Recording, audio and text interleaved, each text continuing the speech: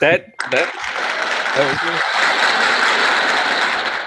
Welcome, everybody, to the CrossFire podcast. As I said to everybody earlier on the show, this is probably going to win me my primetime Emmy. This is an unbelievable episode. There's just so many tensions flaring before the show. We had to calm everybody down with smelling salts just so we can get to this. Let me start with the introductions. We do have a few people that will be popping in later. I'll leave those names blank right now because they are coming from work and they are scheduled to pop in. But let me start with the one, the only. He buys everything, endorses everything, and once sat in on a development meeting that actually was going to make a game that watched paint dry. It's the man you know as Captain Starburst, Crap Gamer. What's up, buddy? How are you? What's up? Thanks for that backhanded compliment. I love you, buddy. The backhanded compliment. You're like, smack, here he is. You know? So it's good to be here. There's a lot to talk about because people see us kind of arguing a little bit back and forth on Twitter, but it's just opinions and stuff. As a matter of fact, it is. I do buy most everything. So for me, one of the things we were kind of talking about was Friday the 13th, which we'll obviously get into, and it's $40. And it's like, holy shit, man! I spend that for a half tank of gas or whatever. It's you buy a couple, whatever, and you got $40. It's like shit. It's nothing really. So that's why it's between couch cushions for your crap. You're saying it's not a big deal. Yeah, it's nothing. It's like look, gaming is a hobby. It's an expensive hobby. You know what I mean? I think that a lot of people complain this generation, more so than anything. Like yesterday, true. There was complaint the name of Beam, it's stupid. Oh, then I can't get into this. I can't do that. I'm so glad you brought that up, Crap. We're gonna get into that. Isn't that ridiculous?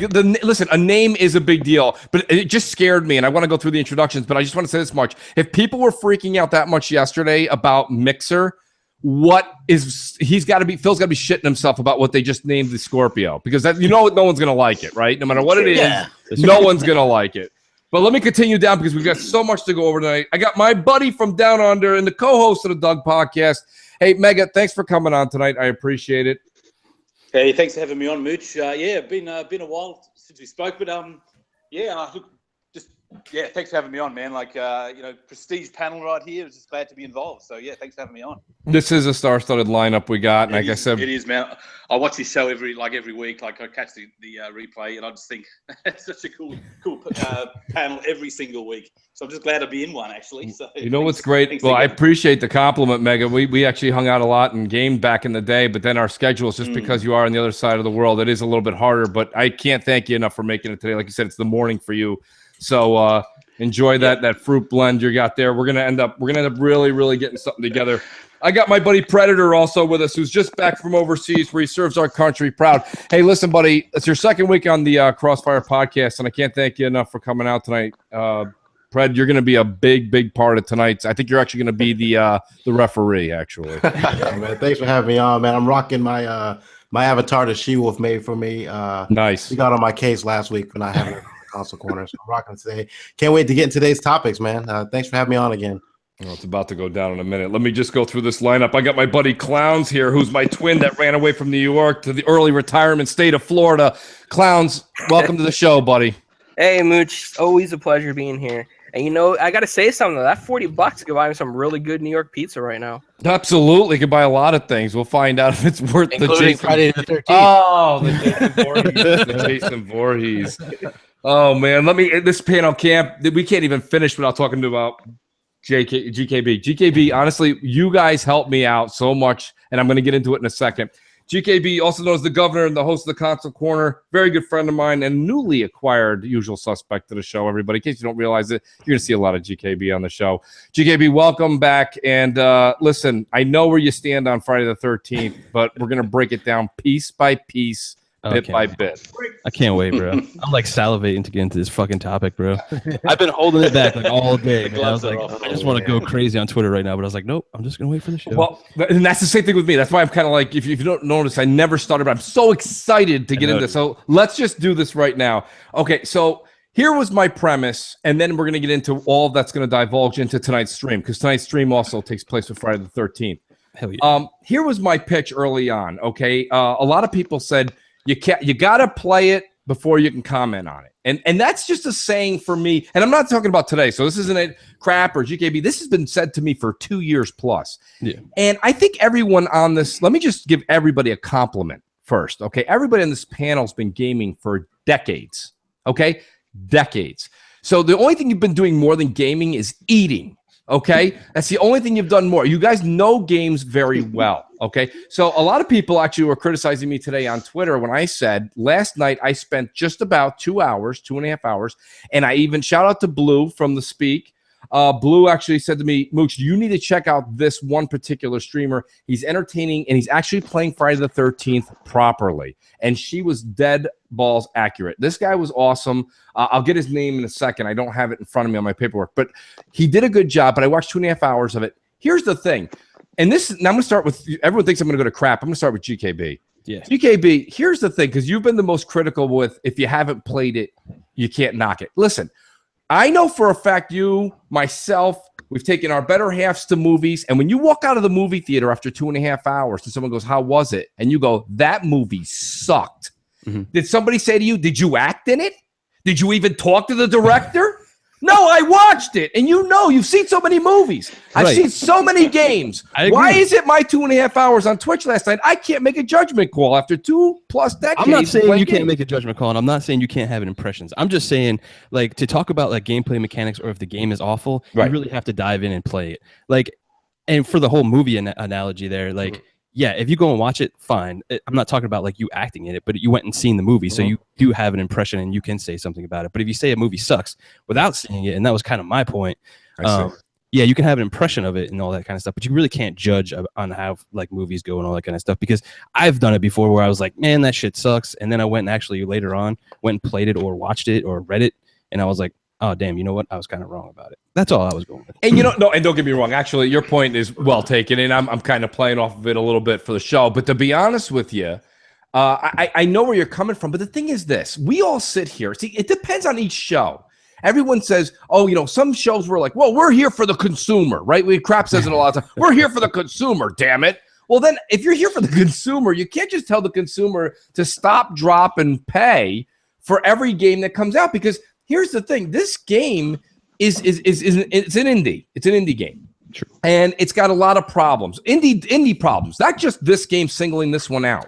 It's got a lot of bugginess that's going on, and then they're doing the thing that everyone on this panel hates. Okay, and I'm going to jump to crap here in a second. Everyone on this panel can't stand when they go, "Give me $40 now, and then we're going to give you more of the game later." And you're like, and everyone's telling me, they're like, Mooch, chill out, dude. There's a whole single player thing coming on this summer. And I'm like, doesn't everybody hate that in every other game? Oh, Mooch, like, come on, man. Like, Overwatch was like $60 for a multiplayer. Overwatch was, you know, that was my oh, come on, man. Destiny was not the same. I'm just saying, it's like an online game. I mean, it's like a AAA type style, but I mean, realistically, it's games, though. Who's playing this game after about a month? I think a lot of people are going to play this game after a month. It's going to get DLC, and it's one of those games that I think Microsoft probably going to have the campaign. Like, I mean, I think Microsoft is something. Well, here's the thing, right? Like, people play these types of games. Like, people play Smite. People play, you know what I mean? Paladins. That game's packed. I mean, it might not be everybody's cup of tea, but at the end of the day, this is a game that a lot of people were excited about. It made its goal on Kickstarter super fast. They've got so much interest in it that they had to upgrade the servers launch day because they didn't expect such a fantastic reception. I mean, yeah, it's going to have some issues and stuff like that, but I think that the fact that they've got the real music, they got the real guy who played Jason to do the mocap.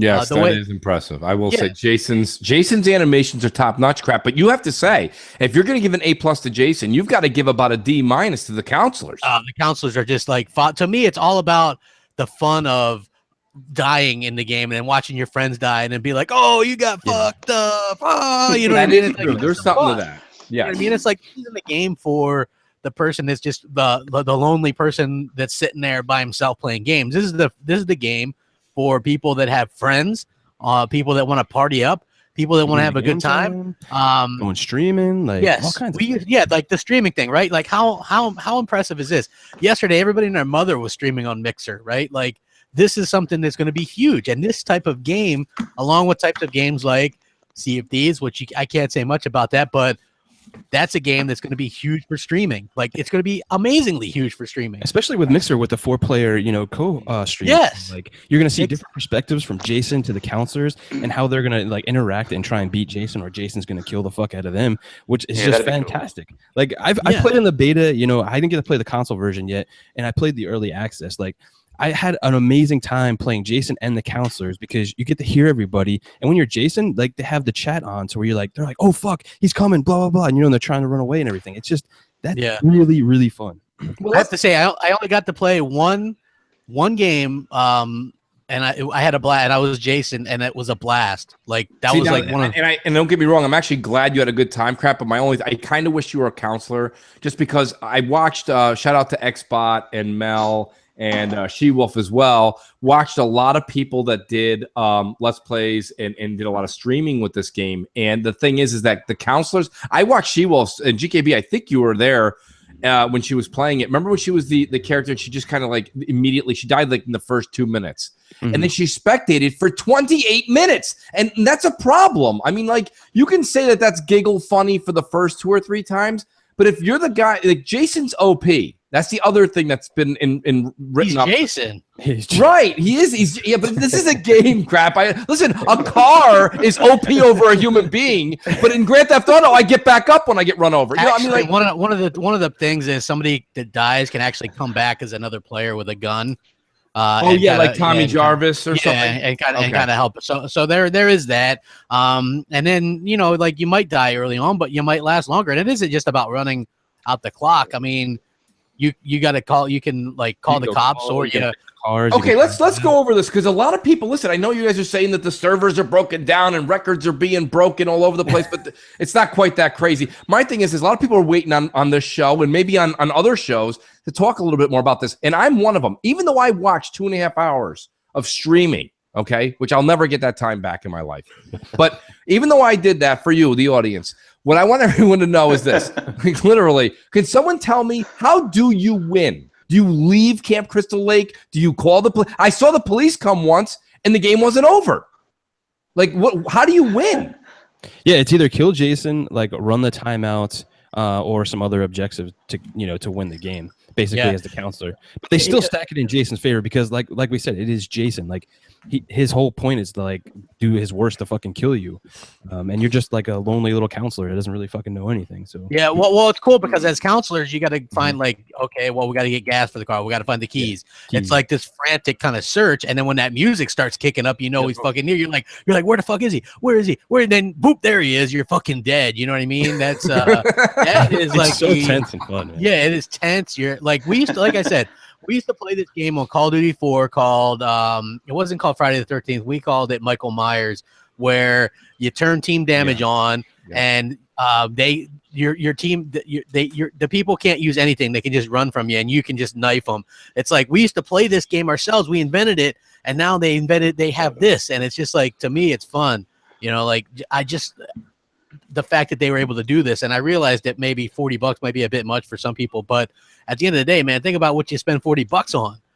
It's funny. A lot of people want to see a movie, man. Skip the Pirates movie this weekend. Spend $60 on with just about the same content. Like, come on. I will say this: you guys are making a strong case, and a lot of people actually in the chat are making a strong case. Shout out to Assassin from 4 Guys with Quarters. I believe he's in the chat, and he's saying you can run to the cops. He's like, you can escape on a boat, and then a guy that we've been talking to all day. I'm going to say his name wrong. Nethelas. We've been talking to him all day. Anyways, he says that you can actually trick Jason into thinking you're his mother. Because that is part. Listen, by the way, anybody that wants to talk Friday the 13th movies with me, let's talk about it. I've seen them all a million times. Also, some of the time in my life I can never regain back. Some of them were great, and some of them were god awful.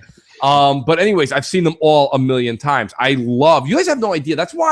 Maybe that's why I kind of struck up a little bit more of an attitude in the past 24 hours on it. Because when I saw it, I'm like, come on. Because I have, and if I got to go find it, and I will, I'll tweet it out. I have the Friday the 13th from the Nintendo era. Where you were the counselors, and you have all of you, and you're all walking around like a stream of 5 together, and you go in and out of all the Not That 5 game You can pick. that Well, it did. You go in and out of all the cabins. Yeah, right. But I'm telling you, there was a creep factor to that too. Like you walked into the thing and you just walked into 5 other cabins, everything was fine. Walk into this one and then boom, the music hits and Jason just obliterates you. Now, the one thing with Jason being OP, and I'm going to shoot this back out to you guys, and Mega, feel free to jump in, clowns as well. Here's my thing.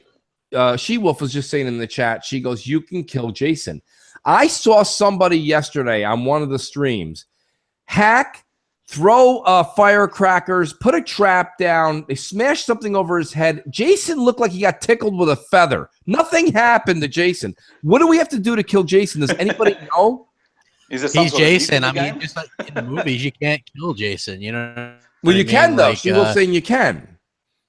I haven't seen it. Like even when you come back as the guy, you can blast him and he won't die. You know what I mean? It like stuns him or whatever. But like there might be a way to. Like I said, I've only got to play one game because the servers are packed with people trying to play this game. It's I'm actually kind of surprised by it. Like I was looking forward to being able to play the game and get enough gaming in on it to kind of review it and stuff. Well, but let's talk about that crap. If this is the situation now I'm curious as a player now. Now I want to know what's up with the servers. Who's hosting them? What's going on? I mean, are we going to? We don't know. They updated and said that they switched servers to bigger and better ones. Yeah. Like, and you know, like when you do that launch day. The PR guy on Discord, man, he was like talking about like, you know, the servers, they just didn't anticipate this kind of success like out of the gate for them. So like it pretty much just shut their servers down. So they're just ramping up new servers and they're transferring all the data over right now to get them all back up and running. So. Yeah. And there was a bit of a problem on Microsoft's part too. It had something to do with like the codes. It also had something to do with them approving a patch. They were late to approve the patch. That's why it took so long for it to come up in the store. There was no preload. That was also a problem, like I think on Microsoft's part. So it wasn't just their part; it was also Microsoft's part as well. Well, I agree with you, Crap, and I'm not going to point the finger at all at the publisher / developer and Gun Media. I'm going to actually point the finger. It was Microsoft's fault on the Xbox side. That's got nothing to do with the game itself. I will defend that. That's a true statement. What was it that PlayStation was up and running right away at midnight, or was it this morning? When did it actually drop for consoles? I think it dropped sometime this morning on PlayStation, and it's dropped sometime this afternoon on Xbox. But it still hasn't hardly worked much. And as far as codes go for it, was also the PS4. They just got it done a little bit earlier than the Xbox guys did. So yeah, issues too. Yeah, so Sony just approves their patches and stuff like sometimes a little bit faster. When it goes through on Microsoft's end, there's some kind of authentication process, or whatever, that probably takes a little bit longer sometimes. So that could be a bit of a problem. But overall, I think hopefully they get this shit sorted out. This is launch day. It's an indie. They're doing everything they can. I mean, they up the servers and stuff like that. So hopefully they get everything worked out soon. And we got to remember, this is a small team. This is not no big AAA like 300 people working on a game either. So yeah. Yeah. I mean, I don't know. Mega, now what's going on in Down Under? What's happening in Australia? People talking about this over there? Do people give a shit? Man, I haven't heard anyone talk about it once whatsoever. If it wasn't for you guys on Twitter, I wouldn't even know that the game was out. Yeah, and I mean, that was my fear. I didn't hear anything. And Jamie Moran kind of chimed in a few times from the UK. And he also said, Jamie's, all about like, he's very rarely critical as far as like something that's an indie. He may say he doesn't like it, but he said he had no interest in it. And I'm not seeing anything over there. So, I mean, let's also call a spade a spade. People are going to say this to me. They're like, Mooch, come on, it's Friday the 13th. This is completely an American thing. Like, you know what I mean? It's like if you guys had your own horror guy out there in Australia, we would have no idea what that was over here. So, I mean, that's true. But I mean, just because it is a game that carries a lot of intensity, I do think that what people are saying, and I'll give Crap credit here, he's saying it's all about who you're having. I make the relation that Destiny is a lot like the game of darts at a bar. All right, if you're waiting for your buddies to show up and you're just throwing darts by yourself, darts kind of sucks. You don't want to play around the world by yourself. Kind of sucks. All of a sudden, your buddies come three pints of beer later. Everyone's laughing, yucking it up, having a good time. I think that's what's going to happen here with Friday the 13th. But the thing is, though, Predator made a point, and it has to be said again. And we do have to someone's got to actually write this down and make a note of it. Here we are on, what is it? Today's the 25th, 26th. And I think this has got a week of legs, maybe 2 weeks of legs. this is going to be a lot like what happened initially with soccer cars, but not soccer cars carried the longevity way out. I got to say something, Mooch. From what Crap and GKB are saying, I'm going to say that it sounds like it's a fun party game. And maybe if you have all your friends together and you always play with them or you have your group, whatever, that's cool. Right. But longevity-wise, like out in the wild, I don't think it's going to last that long. I think it's going to suffer from the Evolve situation. Yeah. Evolve was completely different, though. Evolve was 1 versus 4. And they could fight back realistically. Apparently, the first team that actually killed Jason, it was a big deal. So it's not like something that's going to happen a lot with this. There's more players in it as well. And just I think the fear factor of it and the tenseness is going to keep people coming back because I wanted to hop right back in. Yeah. But how many times can you see the same types of kills, or how many times can you see the same types of escapes? Bro, I used to make up, like I said, we used to play this game ourselves for hours on end on Call of Duty 4. So it's something like, for me, it's going to be great. It's like the same thing with, I like Smite a lot. That was, I think, my most played game last year. It might have been. You gotta think too, like this game's also like gonna be very good with like DLC as long as they can keep the content coming. Like if they can add more maps, different skins for Jason and all kinds of other stuff, weapons, animations, they can constantly keep doing that and keeping it fresh and exciting. I agree, but you know what's funny, GKB? You and Crap are using a word a lot, and the word you're using is if. And the only problem I have with this is that I agree with you. Everything you just said was factual. If they hold up their end of the bargain. And because this is a Kickstarter company, that's where my concern comes in. I just don't, we have not had many companies say we're going to give you this, and this, except for Overwatch, right? I mean, Overwatch and Blizzard, they did it, but they're a mega company. So that's not fair. I'm not going to actually give them much credit because they're supposed to do that. I'm a little concerned here because if this doesn't, like you said, if this goes like, what do you think the threshold is, GKB, before you go, bro, where's the DLC? Is it 3 months you're giving them? Are you giving them 2 months? What are you giving them? I was about to say that too. It's not the if, it's the when. Right.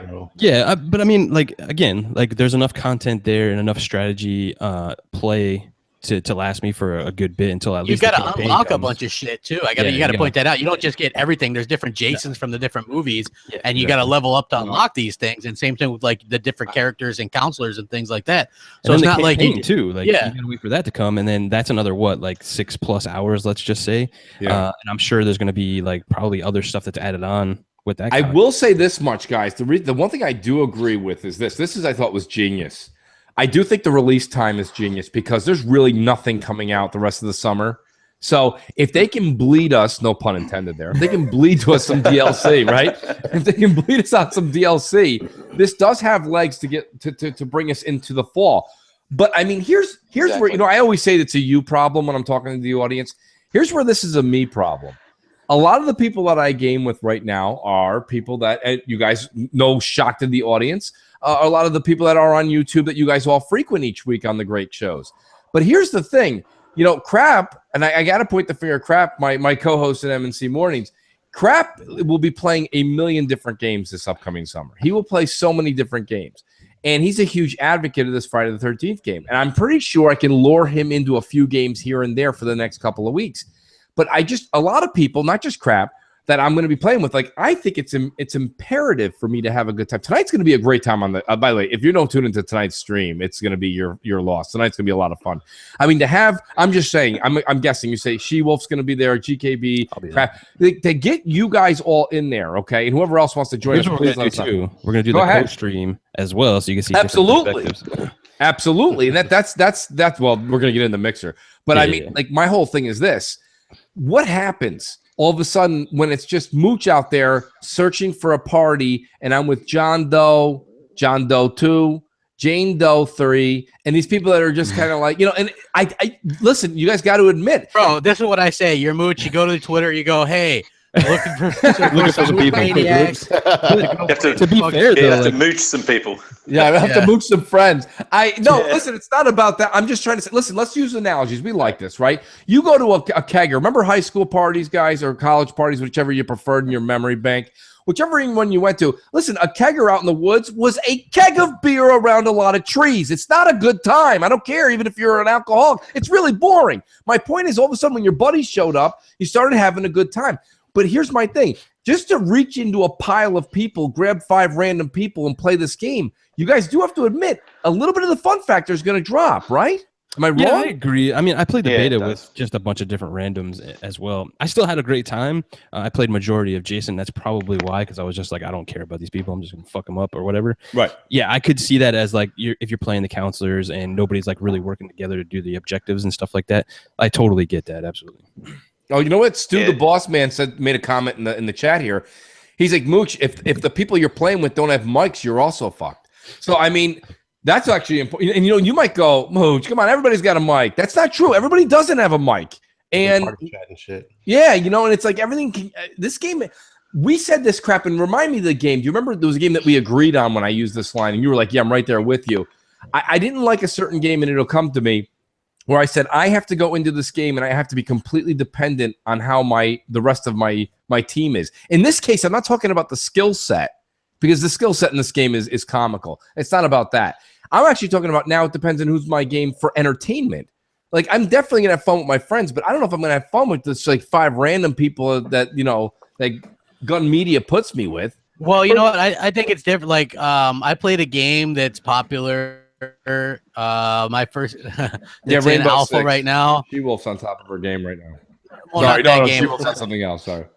Yeah, I played a game, and you guys probably know you're not really supposed to really say much about it, but the first game that I played was with randoms, and I had like the most fun thing, right? So I just think that gaming is a medium that can actually help you meet people and make friends. It's like who was it? Yesterday on Twitter, Foxfire. She said that, or Timodos might have said that he met her because of Destiny. How they met, right? Like that's how it happens. You form friendships over that shit. You know what I mean? I met my buddy Grave. We met playing Star Wars Battlefront 2 on PlayStation 2. So it's like, yeah, that's how. True. That's how it happens. You meet people and you kind of expand on that. And I think that's what this is going to do. People are going to, like, if I'm rolling with me and Grave and we're playing Gears and it's just us two, yeah, we get a few randoms on our team. But if somebody starts doing good with us, you know what we do? We invite them to our party, right? And then we're friends. I think I agree. This will be the same thing. And anyway, it's like nobody's going to play this game 24/7, like 7 days a week. This is going to be a game that people go back to. It's a good to stream to. I want to play it because I think it's fun and I think that it's a good streaming game. You know what I mean? But I'm also still going to go back and play the other stuff.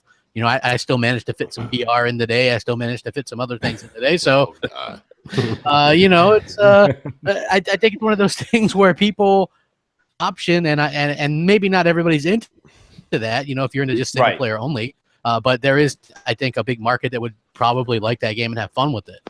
Yeah, I mean, any other thoughts or comments from anyone that wants to talk about Friday the 13th? I mean, I have a couple other points, but does anybody else want to share anything?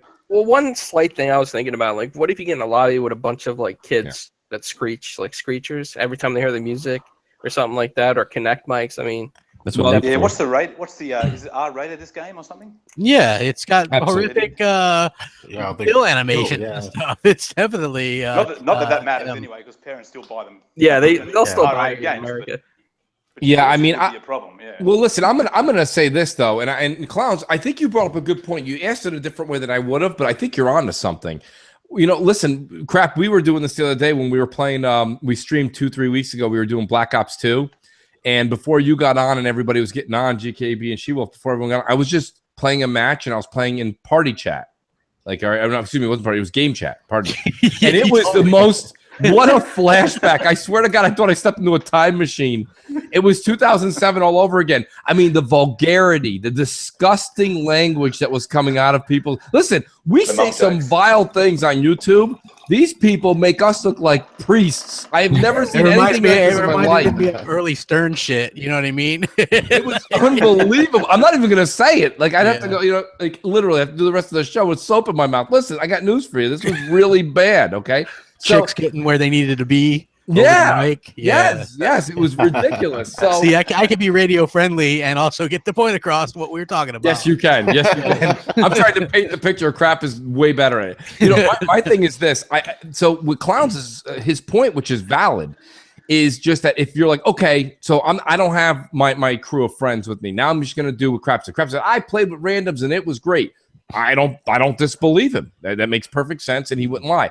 My second point is that what happens when you get into that group of Call of Duty people I ran into? I mean, that is vile, and you need communication, or you're just running around and hiding in a bush and waiting to die. There's nothing to it at that point. So for me, I'm just gonna hit the mute button and just survive as long as I can. Move on, Yeah, I mean, wait to the next, try to get some Mooch maniacs or crapaholics in there. Be like, hey, you guys got to play this damn game. I hope. Well, go ahead, man. I was going to say, you can tweet out to save me. Like you can yell out, I'm playing Friday the 13th. I'm in with a bunch of kids. Save me, and then you'll get all your buddies come on. And then you'll be sweet. I gotta say though, no matter who you're playing with, when you see Jason, there's gonna be screaming. Oh yeah, I'm just saying. It's like, oh no, I'm not. Just when he shows up out of nowhere, man. Yeah, that's a given. Trust me. I was gonna say last night when I was watching the Twitch stream, no joke, when the Jason character popped up, I'm not even playing. I was like, oh shit! I was like, it's freaky as hell. And look at the way that they designed it as far as following the movie's cues is on point. I mean, I got to give them credit. That is on point. Even from a viewer's perspective, it's on point. As a gamer, I saw people like screaming in terror. So all of that is great. I guess it just kind of comes back to the whole, like, my main three things of concern are, do I need my true friends to play this game because I think randoms may not fill in the way that your friends would normally, because they're not going to be as comfortable. Number two, is it worth the $40? Number three, people say DLC's on the way. I don't know if I buy that, considering this is coming from a garage group. You know what I mean? I mean, this is not a bona fide proven developer. So it's really just an IOU. It's not really. There's a ton of content in there right now, though. I'm just throwing that out there. What do you think, Crab? What do you think when you say a lot of content? Because I saw there's badges and things. You know, there is, and you got to unlock the characters and weapons and animate. You know what I mean? It's like you unlock a lot of the shit that's in there. You know what I mean? And the perks and stuff like that. So it's not like you can just like play outfits and all this other. Yeah, it's like it's not like you can just pick. Oh, I'm gonna be this Jason. Like you start off, you can only be the one. And then the same thing with the counselors, you know what I mean? So it's like as the game you level up, you get access to unlock more stuff. And so it's just like any other like multiplayer game, you get unlocks and shit like that. So for me, I think that's pretty damn cool. And then I think that maybe, like, I haven't really tried out a private match. You might be able to set the time limit less. You know what I mean? Like, it doesn't have to be I think probably. Private matches usually let you do whatever you want. So that's got to be helpful, right? I mean, because 30 minutes. One of the actual minuses that somebody said in the review was, they said, you know, when you die the first time and you're the first counselor, it's neat to spectate. But they're like, the second time, if that happens to be you, or the second time or third time, it gets really monotonous to wait 28 minutes for your friends to finish the match. Because like GKB, there's no doubt in my mind. Mm-hmm. You know what? You're going to go from the governor to the professor. Because to be honest with you, I got no doubt in my mind when everybody watches tonight's stream. I wish I could guess the lotto numbers like I'm about to guess this. GKB is going to be the survivor or the second last to die. I just know you're going to be good. So you know what I'm going to do tonight? I'm going to name tonight's stream, Join Me, My Popcorn, and Enjoying GKB Survival of Friday the 13th. Like, I don't know if that'll all fit on Mixer, but like, that's really what we should, like, you're good at that. So like, for me personally, I'm just going to sit back and watch another sequel to the movie. Which actually, dude, if he's a counselor, man, he's at a huge disadvantage because Jason wreaks havoc in that game. Like he does. If you're good at Jason, though, like I mean. Okay, so talk to me about this, guys, and I hope if the audience says, I hope they don't mind. I'm getting into this because I'm getting excited because some people, I know GKB played it, Crap played a smidgen of it. A lot of the streams I watched last night, the Jason character would not come. He saw that the counselors were in a cabin, and he just kept circling the cabin and didn't actually go in when he could have just went in and did what Crap said, wreak havoc. Mm-hmm. So is there a strategy behind waiting outside as Jason and not just running in? Yeah, or like you want to kind of like try and push them out, because if you try and run in, they can jump out of windows and doors and every other freaking thing. They're just like cockroaches and stuff. So you kind of like want to push like one out at a time. And if they all like bolt the door, you're only going to get like one, maybe two if you're lucky. Yeah, they can set traps in there as well, can't they? Yeah, they can set traps in there. Now, what's the traps? Only what they freeze them for a minute. You can kind of stun them. Yeah. Can you actually get away? Yeah, you can get away. Like you can even like try and push off of Jason when he's trying to kill you and stuff like that. Okay. You can bait him to like grab another counselor while he's grabbing you. Like what happened to She-Wolf it's cool. Yeah, a lot of people in the chat are saying, Mooch, if you play as Jason, it's really awesome. And I've heard that so much today. I didn't just have the conversations everyone saw me and Crap going through. I actually watched a lot of stuff. I watched a lot of stuff yesterday. I tried to give it as much as an effort into knowing this game without actually, playing it because I just hadn't gotten the ability. So a lot of people are asking, Mooch, you're streaming tonight. Did Crap talk you into it? Did you buy it? No. I mean, I'm always up front with everybody. Everybody knows that. I did ask for a review code, and thanks to Ben over at Gun Media, I did get a review code. So I will be streaming it tonight. We'll probably be streaming it throughout the weekend, and then I'm going to do a review on it on my channel. So there's going to be an official review next week, and that's why I got the review code. I did apply for it. I was hoping that my 2 cents on Twitter wasn't going to negate my application. But apparently they didn't seem to mind. But I watched about maybe 30 minutes of gameplay of it, and for me, it's just like I don't get on at the same hours as most of my friends do. I'm on really super early in the morning, like really like early in the evening when I get a chance to play. So I know my buying habits. I know that after looking at this game, it's not a game I would enjoy. I wouldn't get my $40 worth out of it, because it sounds like a game that you have to play with friends. You have to be online with a bunch of people you play with like on a normal basis. And, all my friends aren't getting it with the exception of you guys, but you guys aren't on when I'm on. So, for me to spend $40 on this game that looks like this hide and seek with a controller, it's going to be a hard sell for me because I know that I'll be playing with a bunch of random. I think there's a lot of people in your camp, Pred, to be honest with you. I think a lot of people feel that way. Yeah, I mean, here's the thing. It is about timing, right? I mean, that's the one thing. Even Mega, you got to agree with that, right? I mean, we're talking about now. We're all talking about like all the adult beverages everybody made before the show, and you're like, "That's great. I'm having a protein shake and a bowl of fruit." I mean, it's just different. You're having breakfast. It is, yeah. And the other thing is like I'm a father. Most of us fathers here and stuff, and yes, finding time to play. Like I could try and get a couple of hours on at night, and if I'm spectating for 28 minutes of a game, I'm going to turn that off and play something that I can be involved with, in the game more. So I don't want to be stuck there watching. So it would have a little bit of unless I'm playing as Jason, like you said. If I'm just like a counselor and I get killed early, and I'm going to sit there for half an hour. Yeah, I'm going to want to turn that off. Crap. I think if they don't have that would be something that that could easily be changed in the game with an update. I think if you can't limit or shrink the time down, that's something that should be done. I mean, heck, Madden's a good example, right? I'll never forget the first few times I ever played Madden. You got to go way back. We're playing, 15-minute quarters. That's half of your life. Yeah. You know what I mean? Like you got to bring that down to 5 minutes. Sometimes you put, if I want to get a quick game of Madden, you just put 2-minute quarters. You know what I mean? You just want to play the game. So I think that's an important thing. And I think it's really important that Clowns, Pred, and Mega kind of speak their mind because there is a lot of people that feel that way. And that's an interesting take on how people spend their $40. The other thing is this, Crap. This game for me, when I first saw it, this game had free-to-play written all over it as far as I was concerned. Get this thing in everybody's hands and then have the DLC be extra. And, if you want the fire, because there's a fire Jason and a this and a that. And people will, if this game is just everyone's playing it, kind of like how Soccer Cars kind of kicked off, right? They gave it away for a month or 2 months on PS Plus. And then everybody, well, don't forget too. But you want to talk about lightning in a bottle. Soccer Cars came out on PS4 when there wasn't anything else to play on Earth, apparently. It was like a bad Twilight Zone episode. There was nothing to play, and Soccer Cars came out at the right time. So everybody's like, oh, you got to have it. But this game, free-to-play, do you guys agree or disagree with the free-to-play model on this type of game? I don't know if free-to-play works so well in this one. I think that's more of a thing that works with Overwatch, in my opinion. But that's just me. I agree with that. I don't know. Winter or something. Yeah, I don't. Yeah, the free to play is more like MOBA or stuff like that, not this. Like true MMOs and stuff like that. Yeah, like I don't know if free to play works for this. Just in my opinion. In the game? Sorry, Crap. I don't know if they have microtransactions or not. I'm not sure. Of all the streaming I saw, nobody had mentioned that. They had only mentioned all the badges you can earn. There was, different garments and clothes that you can get for the counselors. There's different Jason types. I don't know if the weapons change for Jason at all, but he definitely looks different in skins. He has different. Each Jason has different stuff that they bring to the table. So that's cool. Yeah, it's like some of the Jasons can't run, some can like teleport. You know what I mean? It's like it depends.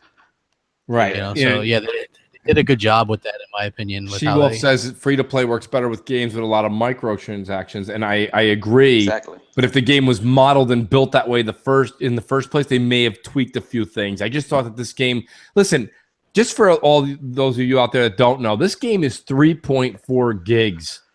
3.4 gigs. I think the enhanced HD version of Qbert is 5 gigs. You know, I mean, this game is not very deep, people. So, I mean... Well, there's no cutscenes or anything. Right, you know what I mean? Right. It's like, I mean, if you look at Skyrim... If you look like, is there anything else besides this one location? Yeah, I think if you even look at like Skyrim or whatever, was an incredibly for a big game because there's no cutscenes and it's an incredibly small install. Right. So I think this is the same thing. Plus, there's no like campaign or anything on this game specifically just yet, but hopefully. Well, soon. listen, I got news for you. I will say this much. Let me put this out there. If and when the single player comes out of this game, that's got my attention written like all over. Like that's what I want. I want to play this game in a single player, and I can't even imagine what they're going to go for because I know they spent a lot of time. I watched when this developer was first asking for the Kickstarter. I watched the very first little ad they put together with Adam Sessler. I think you guys all probably remember that. Yep. And it was awesome. I was like, this is really Friday the 13th for the first time. This is really, really it. And I thought it was going to be a single player with, of course, a multiplayer add-on.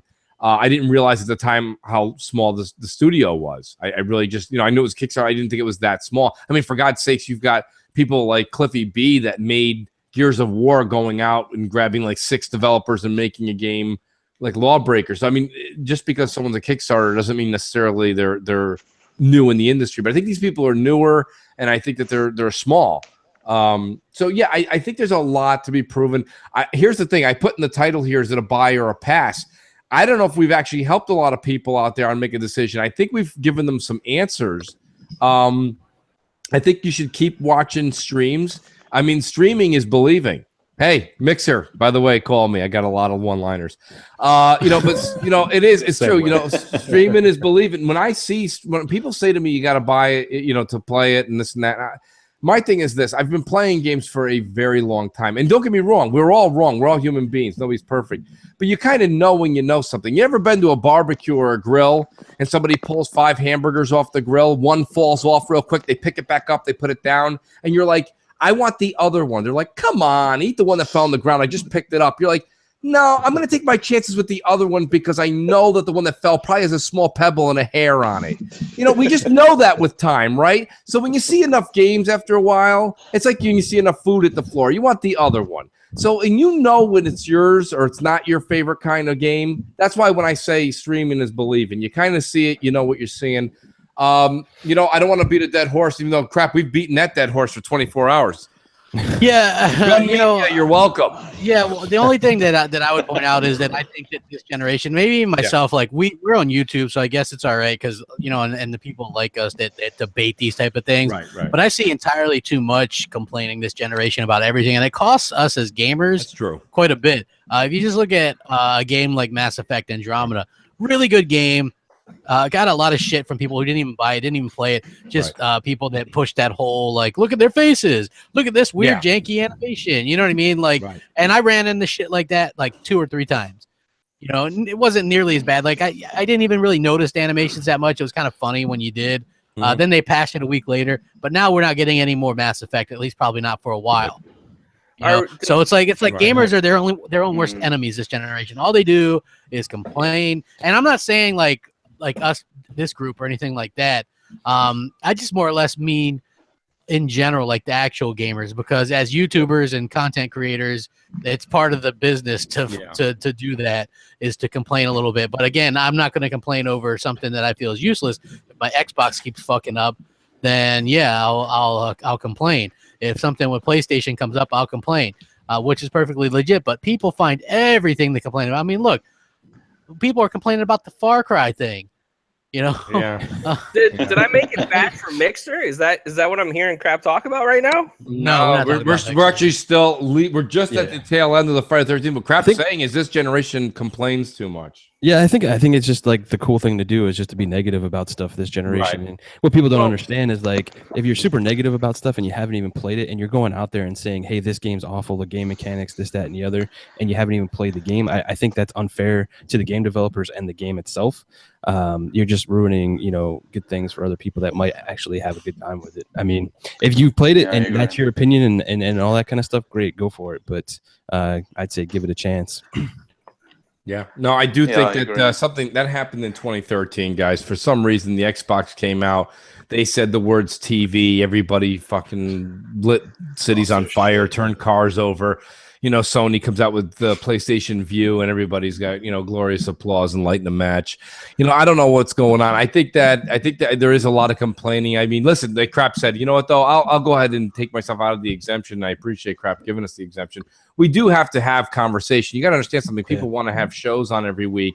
It's the same thing that happened. Everybody that's listening in the chat, a lot of the people that listen to Crossfire are of an older group. Not everybody. There's a lot of young guys too, but I'm saying there's a lot of older fellas here. And you guys remember when we were all growing up, there was one news source. It was at 6:30. It was your local news at 6, and 6:30 was Tom Brokaw or whatever whatever his name is, Dan Rather. And like that was it for the news. Now there's news 24/7, 365. Christmas morning, you can have a warm cup of coffee, open your present from your better half, and find out what's happening in Libya. Listen, there's always something going on. And the thing is that's why you see the news with all this ridiculousness. And that's the same thing that kind of happens in gaming news, right? There has to be enough gaming news to keep everybody entertained. So you do have to understand a lot of times when we're doing a little bit of this, it's because we do also have to have something to discuss on the shows. But as gamers, we really should just start to sit down. If the game is for you, I will not tell you to spend the money if you do not want to. Like if Predator says, I am not buying that game, I'm not going to spend 24 hours talking him into it at all. But I will say this much. If it is something that you desire, go for it, enjoy it. Because remember back when we were all younger, and I know everyone on this panel is definitely right around my age group. When we wanted a game, there was nobody talking us out of it. We went, we got it, we played it until our fingers bled. So that was the way it was. That's why we're doing this today. And, it's a hardcore group of people. So, Crap, good for you bringing it up and making awareness of it. I do think that, all as a whole, gamers should just start to enjoy games and stop. Try it, come on. It's just, and for me, like, obviously, if you're just a single player only person, this game's not for you. If you like the multiplayer games and have friends that you can hit up with this, then I say go for it, man. $40. Don't buy your smokes for a week or, don't go to the movies and see Pirates or whatever this weekend, and you're good. You know what I mean? You're gonna get more enjoyment out of this game than that anyway, because that ends after a couple hours, and you're gonna play. Even if you play 10 hours of Friday the 13th, it's well worth $40 in my opinion. All right, Crap. I'm gonna pull a needle out of a haystack here for you based on that speech. You ready for this? I suggest everybody tries a Disney Afternoon. Man, such great games. Yeah, the combo pack. Yeah. I was trying to talk people into that. I thought it was a good game, and then it had like boss rush mode, and I thought it was great that Zaire actually was playing that. Yeah, dreamed it. I mean, why not, man? Those were some quality games. They were incredibly hard, but they have a rewind feature on that set. So that I thought that was actually pretty cool. And the DuckTales was amazing. Like I liked that back in the day. I liked the remake as well. I thought that was amazing. Well, everybody laughs at me and Crap gives me shit, but it's funny. If Yacht Club Games would please put Shovel Knight down to $10, I have that game because Hellhammer bought it, and I still don't play that shit. Dude, that game is DuckTales. Good. It's awesome. That game is good. It's hard as hell. It is a little so hard. It's awesome. It is a great game. I'm just waiting. Yacht Club, I know you're listening, or maybe an intern. They're making Shovel Knight 2 or whatever the hell it is, so maybe they'll lower the price or find it. I've seen it on sale for $10 before, bro. I did too, and I missed it. I was pissed. But listen, guys, I have so many topics here tonight. And that was a lot of fun. I'm glad we actually were able to talk about a game for a while. That long. We only talked about it for an hour. It was only an hour. Yeah. Right? Well, listen, these next ones, God, Crossfire might go into the morning, everybody. Make a pot of coffee. No, GRG. Another protein drink. That's right, we got GRG coming up. Listen, guys, let's talk about this. This is kind of a big deal, okay? I've watched a lot of shows. I've done some reading. This I'm excited about. And when I pose the question to you guys, you're going to be like, no, I don't like that. That sounds bad. It's not in the long run. Let me finish. Destiny 2 could, in quotes, be 60 frames per second on Scorpio. Now, hear me out. Whether you believe that or not, it doesn't matter. I want to break down why I would even say something like that. Mike Ibarra and his team, it wasn't just Mike. I can't even put it Mikey. It was actually, who was it? Shannon Loftus came out, I think, a year ago, or maybe it was just after E3, and said something along the lines of, we have to have parity between the Xbox One family and the Scorpio. Yeah, and she said there wouldn't be mixed frame rates like sometime after E3 last year. And now Microsoft's stepping off that a little crap. Well, even to further that, but hold on. Even to further that, in the documents, it says that they should be compared. That they should be comparable or whatever. So this is like a new development. You guys can take those documents and light a Cuban with them. Listen, I'm telling you right now, they're stepping away from that. They're stepping away hard because I think what Phil's seeing.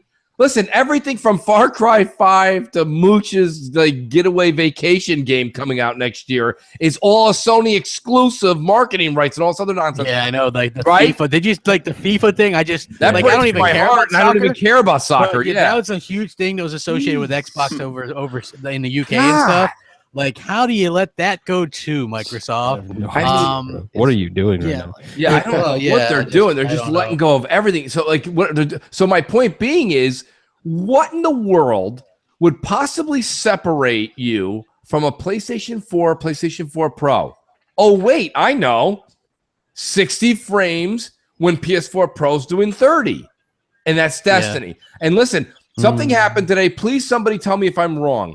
When I saw today's Xbox live show with Major Nelson sitting down at Bungie Studios right after the LA show, is that not weird when Sony's got marketing rights? Why is Microsoft doing a 6-minute show breaking down Bungie's Destiny 2? I just thought that was odd, and maybe nothing. It could be absolutely nothing, and that's fine. Well, Microsoft is probably like, hey, we're going to try to talk about these games as much as possible.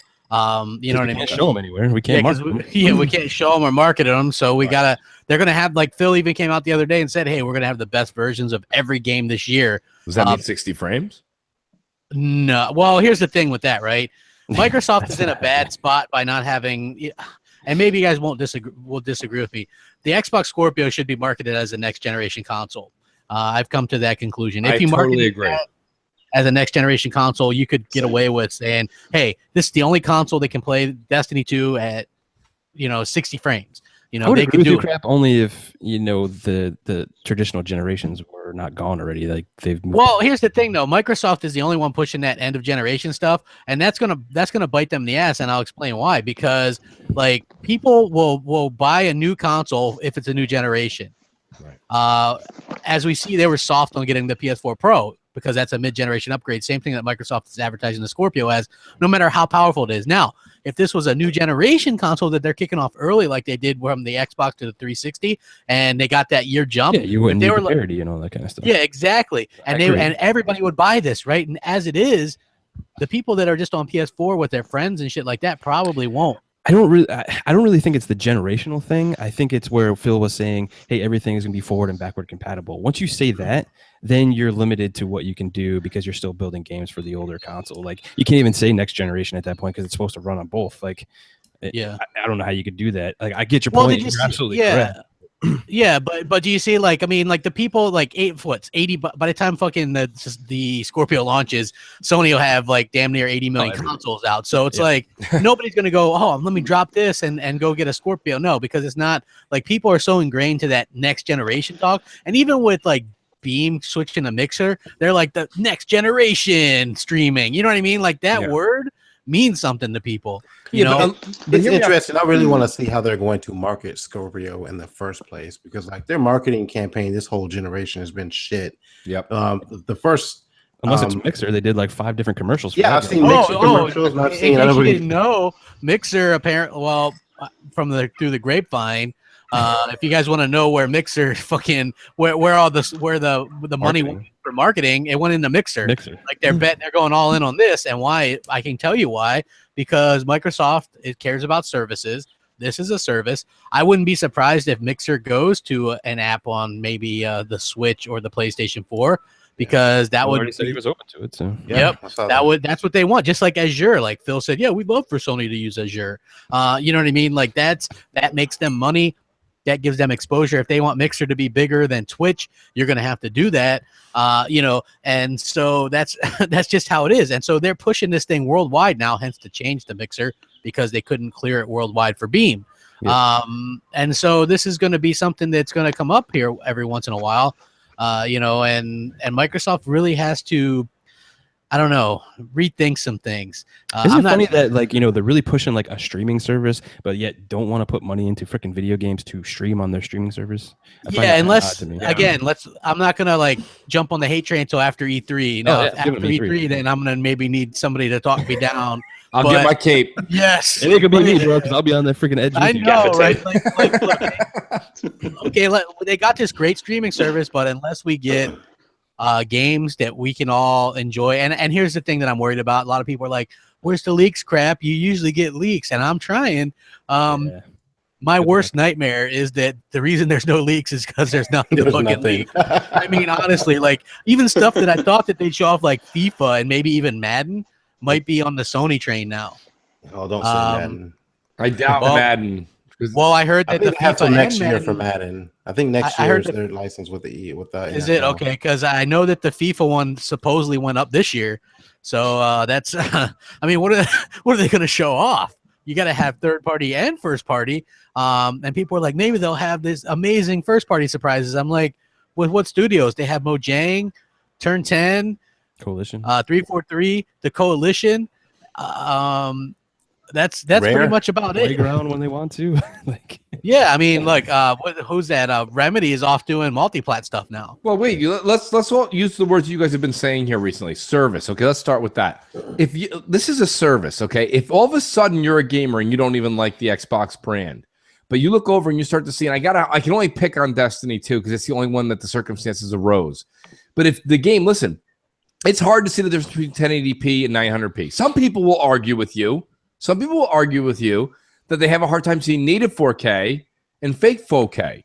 Okay, dynamic. That's fine. They want to say it, that's fine. You know what they can't argue with you with? They cannot argue with you with 30 frames versus 60 frames. They can't. And if they can, they got little baked bean eyeball. Yeah. Okay, like Marty Sleva from IGN. It's the only way that you can tell me that you can't tell the difference between 30 and 60 frames. So what I'm saying to you is, this is very, very much a possibility that Microsoft has said, we're stepping back.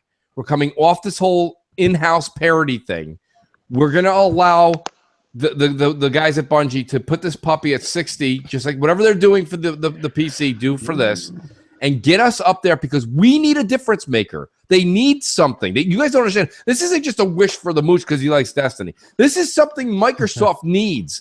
They need something that is clear and present to all consumers. It's not going to happen, man. Like 60 and 30 in a multiplayer game on consoles, it's just going to be an unfair advantage. And Destiny, Bungie's already looked into that, and that's why they're probably not going to do it.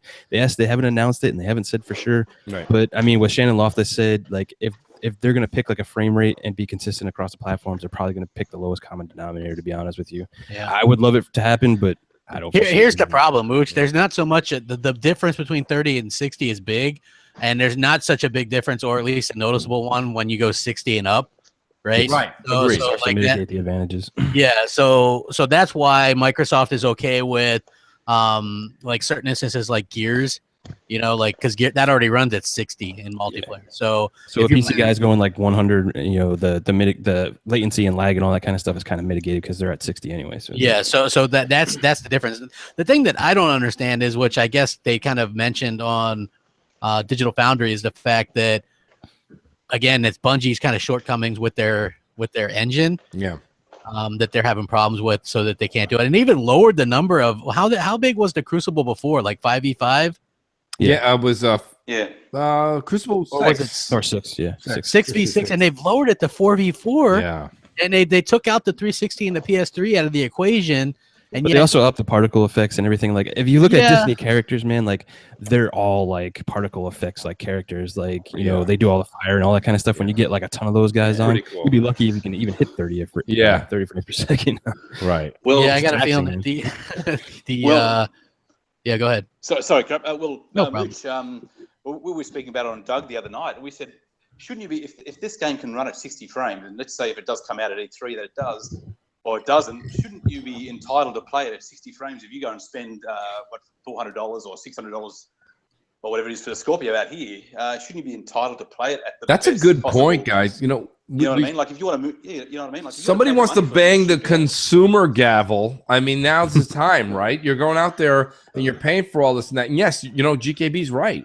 The lighting, the textures, and all the stuff that goes on around the caricature when you start to develop the character more and more. I never thought the game looked bad before. I think Destiny 1 is one of the better looking games. Destiny looks really good. The only problem that I had was with, and not even like the co-op stuff, like the story and stuff. I was fine with that at 30, but it wasn't until you start playing the Crucible stuff, in my opinion, that I felt a little behind the times when you play that, because the other games that I play are 60 for the most part, like the multiplayer, like the Gears and the Halos and the Call of Duties and Battlefield. Hey, jump in real quick, Crap. Can you answer me this? What's I hate to go back to what we just spent an hour on. Is Friday the 13th? What's the resolution and frame rate on that? Hell if I know, but I don't think it's the frame rate's as good as 60 though? PS4.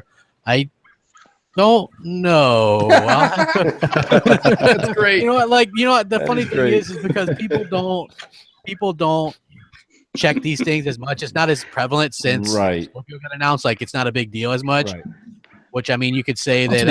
This isn't like Friday the 13th is not really a Twitch shooter anyway. Where So I'm gonna go ahead and go out on a limb and say it's probably 30.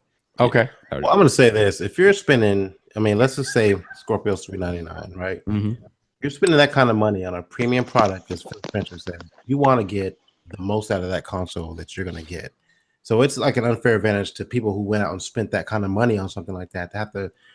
I won't say to get stuck with 30 frames per second when it obviously can do 60. So how's that helping out consumers? Like you said, be consumer friendly. How is that, as me being a consumer, spending all that kind of money, investing in the Microsoft process and products they have?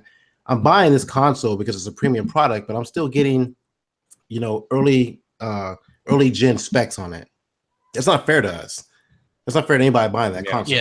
Yeah, I feel that way as a pro owner as well. Like, at least with Scorpio, like every game is going to get a boost or whatever, but with like Scorpio, even with you put the boost mode on, only games that are like specifically designed for it get any use out of that. So, for Scorpio, I think that it is a weird thing. I'm going to get it just because I went 4K with the TVs and stuff, and so it makes sense to do that. I'm hoping that I can get a.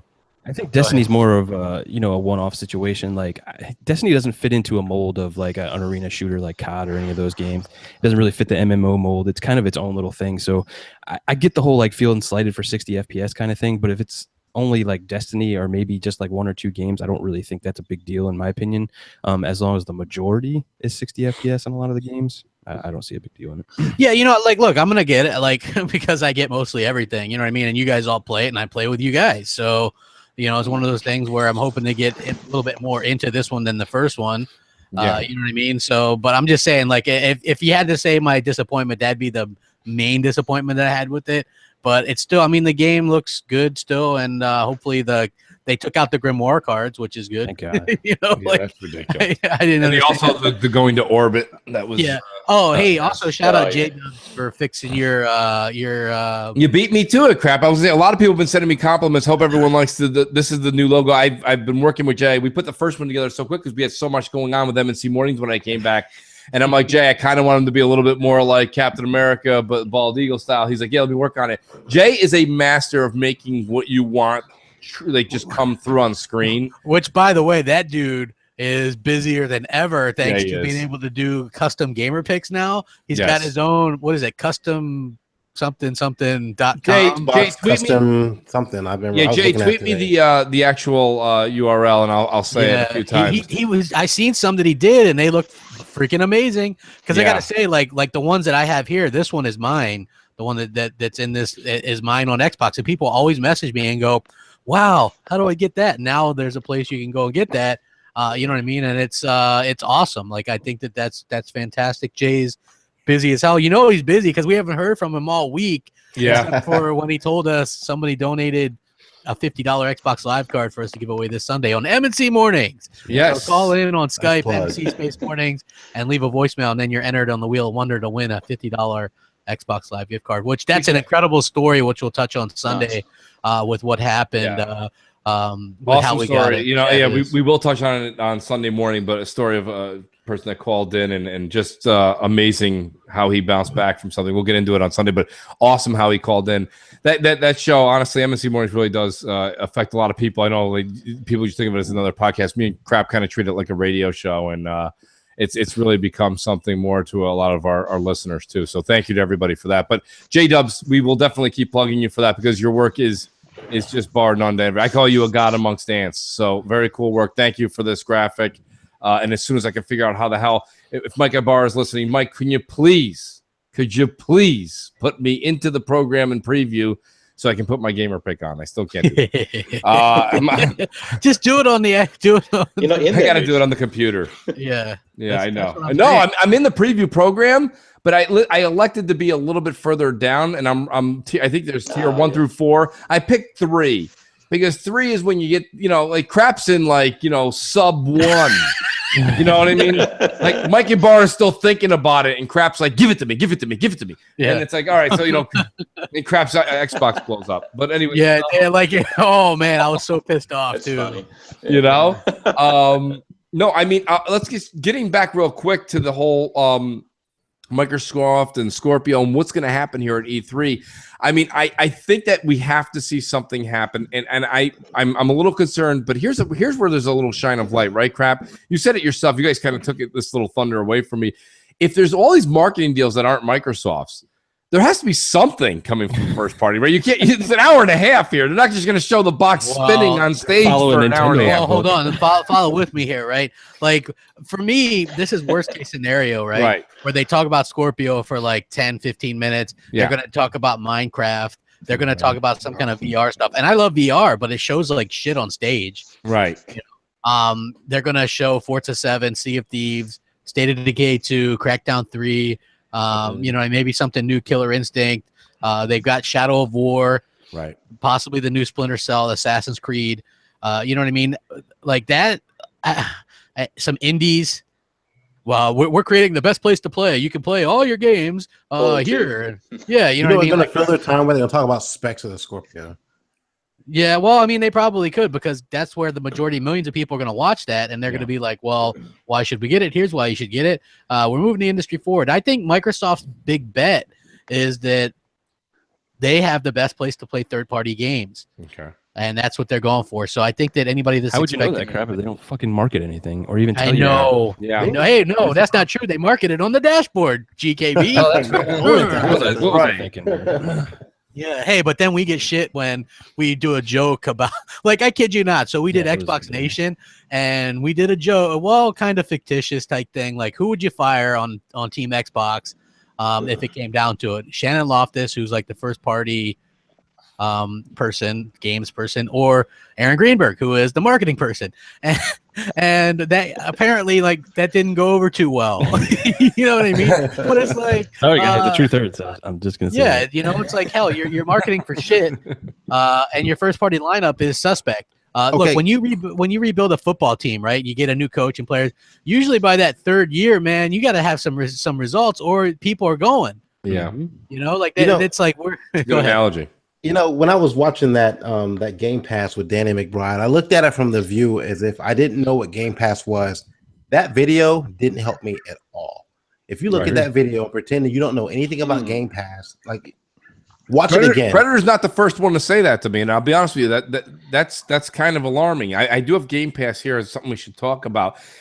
Game Pass is something that, and Predator, your point's like very valid. If they're not, this has to go out to the casual gamer, crap gamer, GKB. They're not interested in Game Pass, and I'm speaking for them. You know why? Because Game Pass. You have them already. You have the game. It has 22 games that I don't have, and most of those are 360 games. So, it's not for me. I get what they're trying to do with it. I also it's a good idea, but it needs to be presented correctly. It is a great idea, but I also see that anything that offers games as a service, I just can see like the CEO of Microsoft going, you know what, we should try offering Game Pass on PS4. You know what I mean? Like that is like something that I think Game Pass is like a really good idea. I think it's good for, you know, new Xbox guys coming in, just like EA Access and all that kind of stuff, but it goes right back to how would they even fucking know about it if they ain't even like marketing anything? Like that's the problem.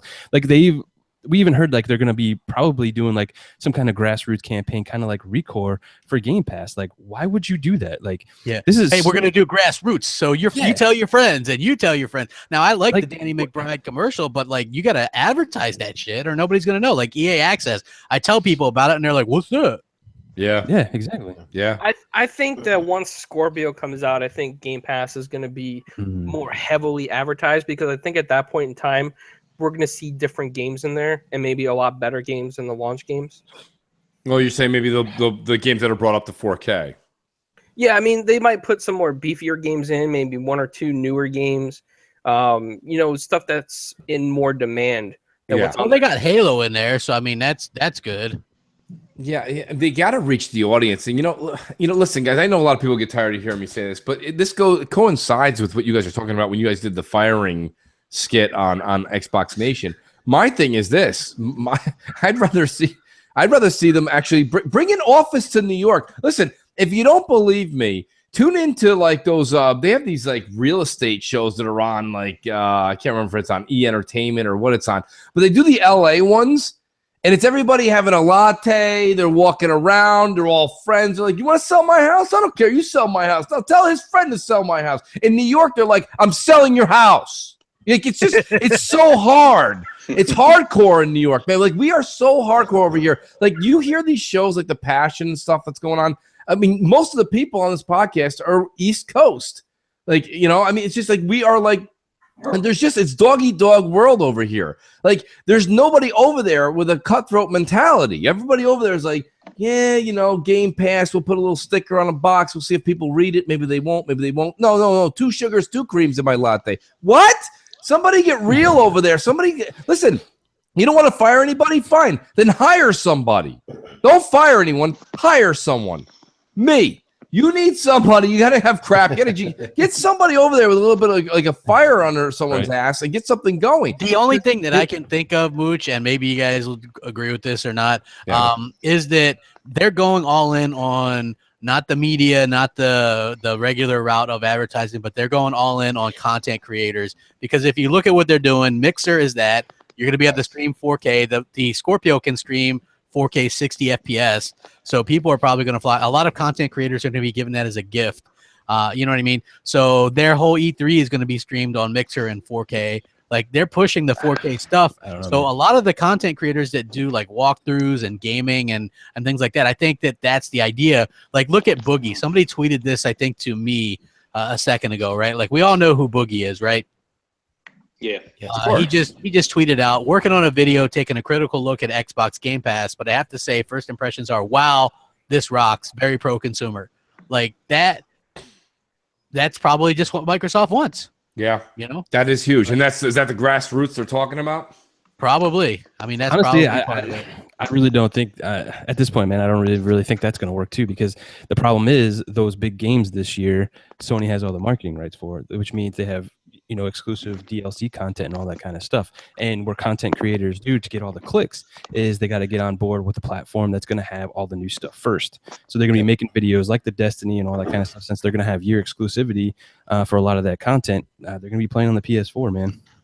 Well, I think, the thing is, I think Microsoft's banking on the co-streaming feature on Mixer. And I think they think that even if you play on PS4, you're going to go on Mixer and you're going to stream and co-stream with your other Destiny players, your other Friday the 13th players and whatnot. And to Microsoft, it really doesn't matter what system you're on. It just matters that you're using their service to stream something.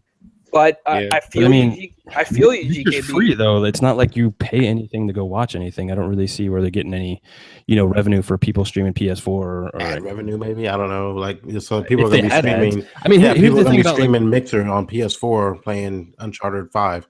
Well, here's the thing for like Mixer. Like, they did a really cool thing. They gave everybody a pro membership. You know what the pro membership is? To take ads off. You know what they don't have? Ads. Like, that's it.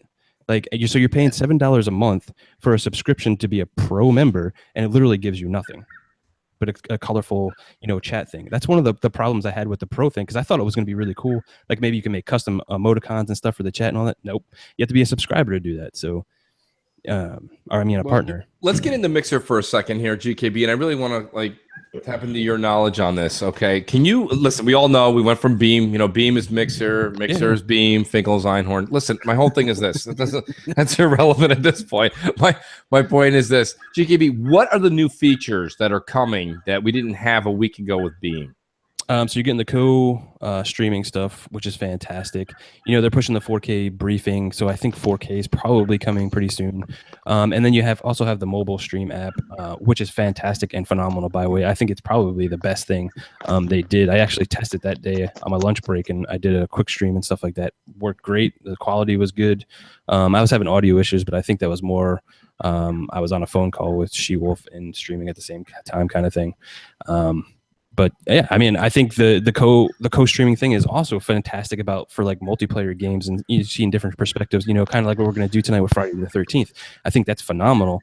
And it's going to push streaming in a better way and probably get more people over to Mixer for that kind of content and all that kind of stuff. But what makes the app better now than what it was? Because Beam app before was pretty bad, but what enhanced it, GKB? That's what I'm wondering. Are we talking about the mobile app or the mobile app? The mobile app, it was non-existent. That you couldn't stream from a mobile device before. Oh, okay. You can stream now. My apologies. Okay. Yeah, you can stream. Like you can do, and I was thinking about it from the aspect of like, I do the drive to work discussions and all that kind of stuff, like the vlog type kind of things. And I was like, oh, this would be a really cool idea to just go ahead and hit the live button on the mobile app, as I'm driving, crashing into cars and all that kind of stuff. I think it'd be pretty interesting to watch. But yeah, I was coming from that aspect. That wasn't done before, so that's really cool. And then they're adding, eventually that you're going to be able to stream mobile games from there, which is another phenomenal thing. Oh, yeah, that's cool. And interactive games, like I think E3 is going to be interactive as well on that. Whose dog is barking? I hear it too. This time it's not my dog. It's my dog. That might be mine, boys. I normally would blame Bam, but those are birds he likes. Yeah.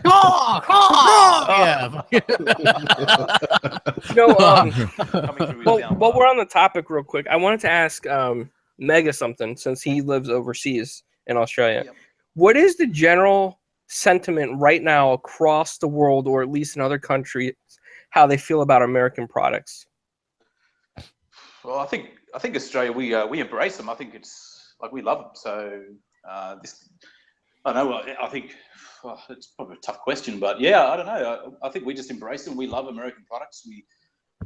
I think our country sometimes models ourselves off being like a smaller type of America. Yep. So yeah, I honestly think I think we embrace you guys wholeheartedly. So. Do you? I mean, that's a good question, Klaus. But and not to put you on the hot seat, Mega. But here's my thing. We keep hearing that there was a large part of the 360 era where the U.S. and the U.K. were dominant with Xbox, and then the rest of Europe was pretty much Sony. And then because of the whole bad media press thing in 2013, the UK also for a period of time went to Sony.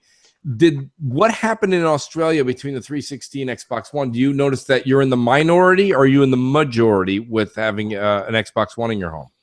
That's definitely my minority. I've converted a few guys over to buy Xboxes that were, wanted a bit of a change and told them about the TV features and that kind of stuff. But they were more into like the multiplayer stuff. So I said, look, get an Xbox. So they jumped on that all over that. So, but definitely, minority. Like I speak to a lot of friends who, they've updated to the PS4. No one seems to be getting the Pro as much, but a lot of people are buying the Pros. You see a lot of Pro, a lot of PlayStation advertisement. You don't see too much, unless it's an exclusive game like Forza or Halo Wars. You saw a lot of TV ads and stuff on TV with that, but you see a hell of a lot of, and we'll probably talk about it soon, but it's all to do with marketing rights. So we're seeing a lot of marketing for PlayStation on TV. You go into the stores like you do over there, and all you see is PlayStation stuff at the front with Call of Duty and stuff like that. So and we're seeing that here too. So it's the same over here, but probably in a smaller sort of environment. But Yeah, it's the same. I think it's the same, it's just in a smaller. It's kind of disappointing to hear that. I mean, the reason I say that is just that, and this goes back to what Crap was talking about on Xbox Nation, and we were talking about with Hire Somebody. It's just, it doesn't seem like Microsoft's trying to excel this product. I mean, Crap, that's an ongoing issue, and this is I'm going to use political terms here. But that's an ongoing this administration's issue, because I think with Donnie Matrick, they were really all about capturing marketing rights and pushing and driving home commercials. Phil doesn't see that. Now, I'm not saying Phil's wrong. I don't sit at the big meetings that occur every Monday when they have to sit there with their quad charts. But I just can't see how this is helping them, and to lose what was the UK and lose the US. And I don't know if Australia was as big. Was Australia big in the 360 era, Mega? Yeah, it was. I think the 360 was definitely number one over here. Yeah, I mean that's three. One's a goddamn continent. You're losing a lot of people, and I just don't understand why when we say these things, it's not like you just want to win. The thing is, you're just trying to say, look, you're trying to keep this brand alive. It's the same reason I say when you watch the Super Bowl. There's no reason that Pepsi and Coke have to spend $25 million for a 20-second ad, but they do it because they want to be relevant and they want to stay in your mind. So it's the same thing we're saying here. I mean, if anyone from Xbox is ever listening in the marketing department, listen. If you don't believe me and Crap for any odd reason, the Thanks Mooch and Crap shirts are on the way to Redmond, by the way. If you don't want to listen to us, even though we're making logical sense, listen to our counterparts, our brothers over in Australia and the UK that are telling you they don't see anything. They don't see anything. We're walking in the stores and we're tripping over PS4 tripwire. It's all over the place. And I mean, it's a dying breed if it doesn't get pronounced. Here's the other thing, Mooch, too. Like, I see people commenting in the chat and stuff, and they're like, "Oh, they're saving all the marketing for Scorpio." And yeah, I'm sure they probably have a nice marketing campaign for Scorpio. But here's the problem: they can't market any of these big games this year because Sony has the marketing rights. So you're literally going to see a commercial of like, yeah, you can look, we're going to play the best games here, but we can't show you any fucking of those games because Sony has them all. Like, that's the problem. You need these marketing deals to push your console forward, to prop it up. I mean, I don't know how else to say it. 100% GKB. And I know the Call of Duty thing was locked in at 3 games as Sony, but that would have been the only. Look, for me personally, that would be the only game that they needed to get marketing rights for to push the Scorpio out much faster at the beginning. Because the amount of casuals, parents, kids that just want to buy consoles just for Call of Duty, if they could play the best version at the best frame rate, best version, I know we couldn't have gotten it because it was already locked down, but that game, or even like a Destiny, is probably kind of like second on that list. I think when it comes to multiplayer, Destiny would have been a great one to pick up. I mean, you can Battlefront 2, Star Wars sells like crazy. Yeah. Like, I just don't. Maybe don't lose FIFA. Maybe don't lose FIFA, the biggest freaking goddamn sports game around. Yeah. Like, I mean, come on, like DLC makes a massive. And I know it sounds like we're being like super negative and all that kind of stuff, but like we really believe in like the Xbox brand and stuff, and for us it's really heartening to see that they keep losing these great things that they've had before. Like, I just don't understand what they're thinking. Well, it'd be different if it was 1 or 2, but it's all of them, like every single one of them.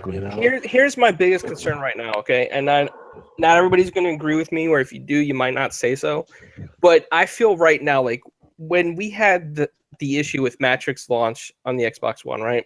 A lot of Europeans were skeptical of us because of their fear of the Kinect always on, the always on DRM, the NSA conspiracies, the underground Reddit threads, the dark web. All this stuff was out there about conspiracies that Microsoft was working with the NSA when they weren't. But now we fast forward, we're about to launch Scorpio.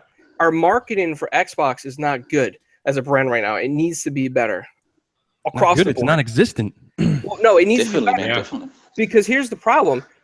Right now, a lot of countries looking at us are not looking at us as like a friendly ally anymore, right? So it's going to affect American products in Germany, in Europe, in France, in Italy. It's going to affect us. Well, so Sony always had, even when they had expensive PS3, they always had that market. Like, they have better brand recognition in Germany and places like that. So the 360 did an amazing job doing what it did, just basically owning America, Brazil, the UK, like these key markets. But still a lot of places in Europe were still like PlayStation 3, and that's what kept them in the fight.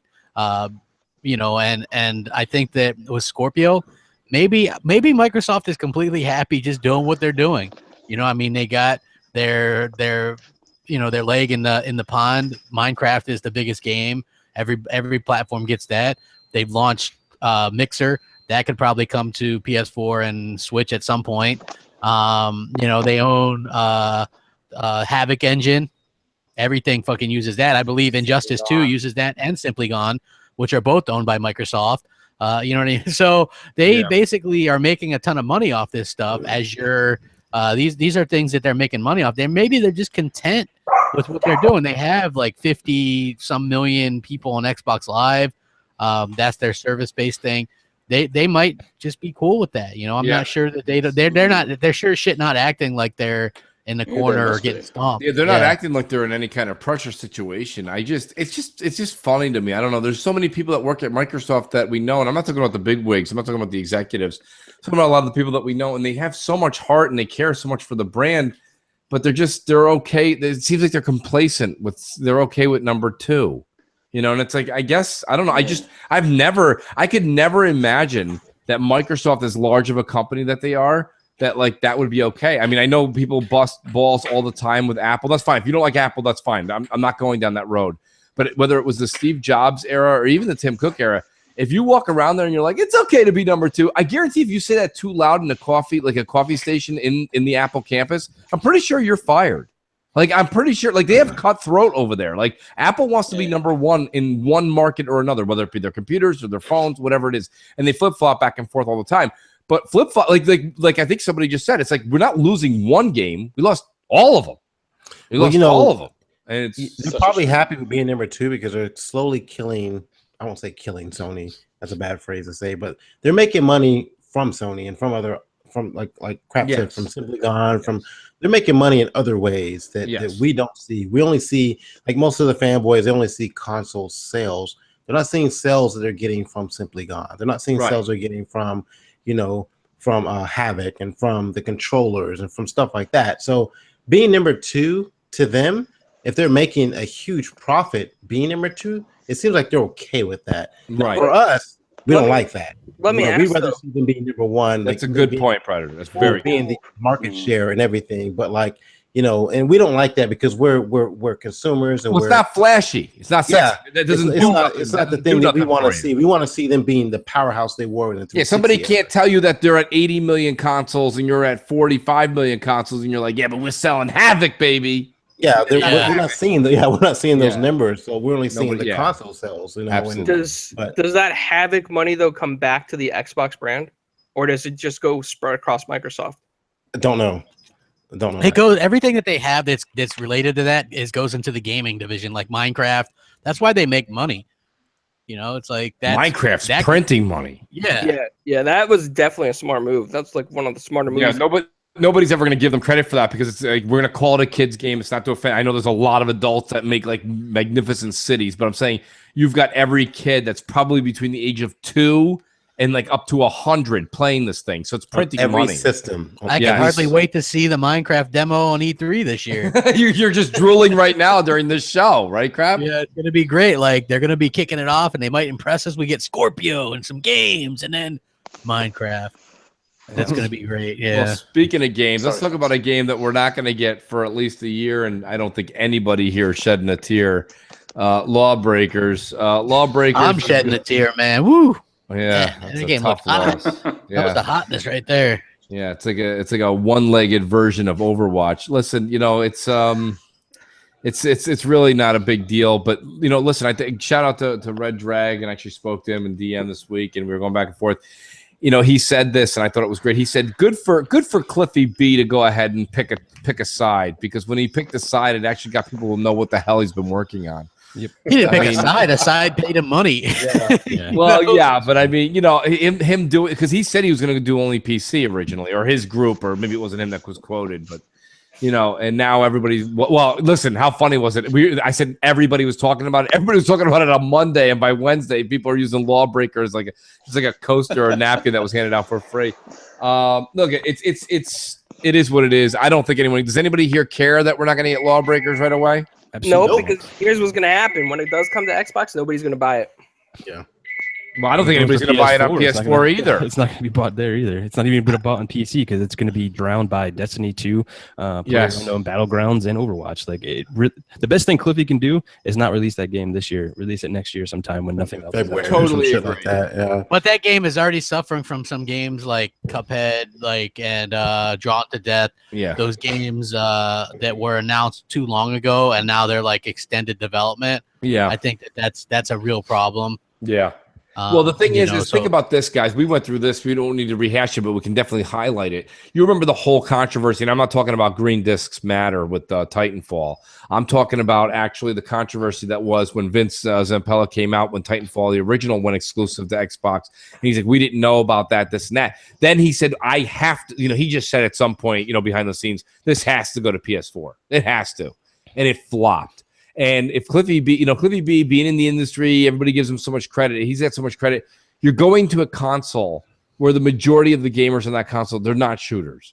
They're not. They just don't. That's just like a single player RPG type. They're exactly, GKB, which is why Horizon did very well on PS4 and why Tomb Raider did good on the Xbox One in exclusivity, but it didn't do phenomenal. I think it sold 1 million, a little over 1 million, but maybe it's over 2 now, but it's multi-years.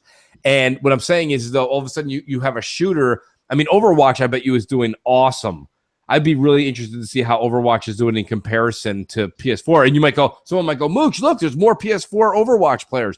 Yeah, but do the ratio. How many consoles sold versus, and then do the ratio between the two. I bet you the actual delta would show you that there's more on the Xbox One playing. It's a shooter box. It's what we do. People, they made fun of us for that last generation, and now we're using it as a pro, right? That's what we are. So when you have a shooter like Lawbreakers to go to PS4, I think Cliffy B did himself a huge injustice. Huge injustice. Now, Crap's right. They got more money from them. But, I don't know if that was Phil snubbing him a little, or because Phil came out and said they would welcome it, and then it didn't happen. Welcome it is different than paying for it. It's a money situation. Cliffy B, they wanted some money, and Sony were the ones that offered them some money. And that's that's pretty much all there is to it, and it's unfortunate for me because it just seems like Microsoft is getting out hustled at every turn. They can't. Like Sony's like a couple steps ahead, man, every time. I don't know. Yeah, like even with and again, you could look at multiple reasons why the Xbox is failing. Yeah, you can look back to the beginning of the generation where they kind of failed with getting the letting people know what Xbox One was all about. And then Phil's taken over, and they axe games and close studios, and we just haven't seen that growth there yet from those parts. And then also, they're like, oh, we're going to put all of our games on PC, and we're going to do this, and we're going to do that. Where Sony, they stick more to the traditional console space, and they're having, like, literally their best profits in 20 years. Like, it's unbelievable. Like, we could sit there and say, we're not huge Sony fans, but they are certainly doing things in a more traditional manner, and that seems to resonate with people, like the single player games. You know what I mean? They did a mid-gen refresh, but they kind of didn't make a big deal of it. Right. They're just like, yeah, we got this thing if you want it, you know what I mean? Like, what a money grab, huh? I mean, I got a Pro, and I don't know any different from a buddy of mine who has Horizon Zero Dawn, and so he came over, and I was like, dude, do me a favor, because he has the vanilla PS4. I said, do me a favor. I said, do you see any difference on this one versus yours? And he's like, off the cuff right now? He's like, no. He did tell me later on, he was like, I did notice when I went back and checked it out on mine, he said, I did notice that maybe the grass textures were a little bit better on yours. Oh, but he's like, Grassgate. Right, Grassgate is back. So, I mean, Sony just completely money grab people. So, you want to give them credit. Give them credit for Highway Robbery. That was awesome. That was great. Yeah, it's but they are like sticking more towards the traditional type of gamer thing. You know what I mean? Like the exclusives and the content, and they're doing like the marketing deals. Like content is king, and they're doing the 360 way of things, which is getting content and stuff like that. The other thing is, it might not be specifically Microsoft's lack of marketing. Some of these developers and publishers might choose to go with Sony because they have such a large install base, and the only thing we know about Microsoft is that Xbox Live was up 4% year on year. You know what I mean? Like that's not really impressing many publishers. You know, hey, well, we can go with Sony, who are predicting 80 million consoles by early next year, or we can go with Microsoft, who said their fucking Xbox Live users base was up 4% year on year. Which one would you rather go with? You know, it's like to me, that's Microsoft isn't doing themselves any favors. But now that we're in this x86 architecture, guys, okay, and everything is going to be a new world moving forward, where everything's backward and forward compatible from today forward. Hear me out. When we start the new generation, is it really a clean slate again, where they get to start, let's say Scorpio 2 and PS5, whatever those will be, right? When those consoles come out in the next 4 or 5 years, can we start over again with the numbers, or can Sony just continue where they left off because it's all backward and forward compatible? Do you see what I'm saying? Like, there's no true. I don't see an end anymore, and then we start over. Yeah. Or do you guys? You know what I mean? Like, there'll be a point when the Xbox One won't be able to play the stuff. I think. Or they'll clean that off. Oh yes, no, I meant no crap. That's 100% true. I'm sorry. I'm just talking about the tally of sales. Like the sales, are they going to start over again when the PS5 comes out, or are they just going to be like a running tally of just Xbox sales and PlayStation? We officially go into the next generation, right? And that's what I was wondering. If that's a thing, I mean, like, you know, they say that we're getting rid of the generations. I mean, if we can continuously upgrade, these refresh of these consoles. I mean, I don't know. I mean, like, but you know, Sony enthusiasts will hang on to these numbers as long as they possibly can. Well, that's the whole thing, and that's why when the Pro was rumored to come out, Predator, and they were saying that it was going to be this and it was going to do that. I mean, I think give crap where credit's due. He was saying they do not want to separate themselves from the monster that is the PS4 right now. It's a train that's moving all by itself without a conductor. It's just driving and driving and driving. You know, I mean, and that's why Scorpio is the only chance for somewhat. It's not going to stop it. We try to slow it down a little bit, and that's it, right? I mean, that's way past the break-even point as far as like this. I mean, it's over. Like Microsoft can't whatever they made up last year with the S. They've already fallen behind by that and more this year. Well, let me say this too, because like everyone, like they talk about sales and like, but people tend to think like the Xbox One and the Xbox One S are not doing well. And this is bullshit. They're actually doing very well as far as what they did last gen.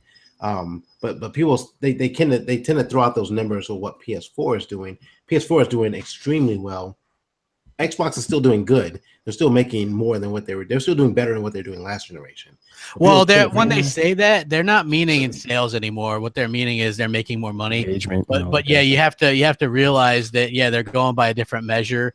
Now, the 360 for comparison in the third year, which is 2007, which is when Halo 3 came out and Call of Duty 4, they sold 16 million consoles worldwide alone that year. Yeah. So that is huge.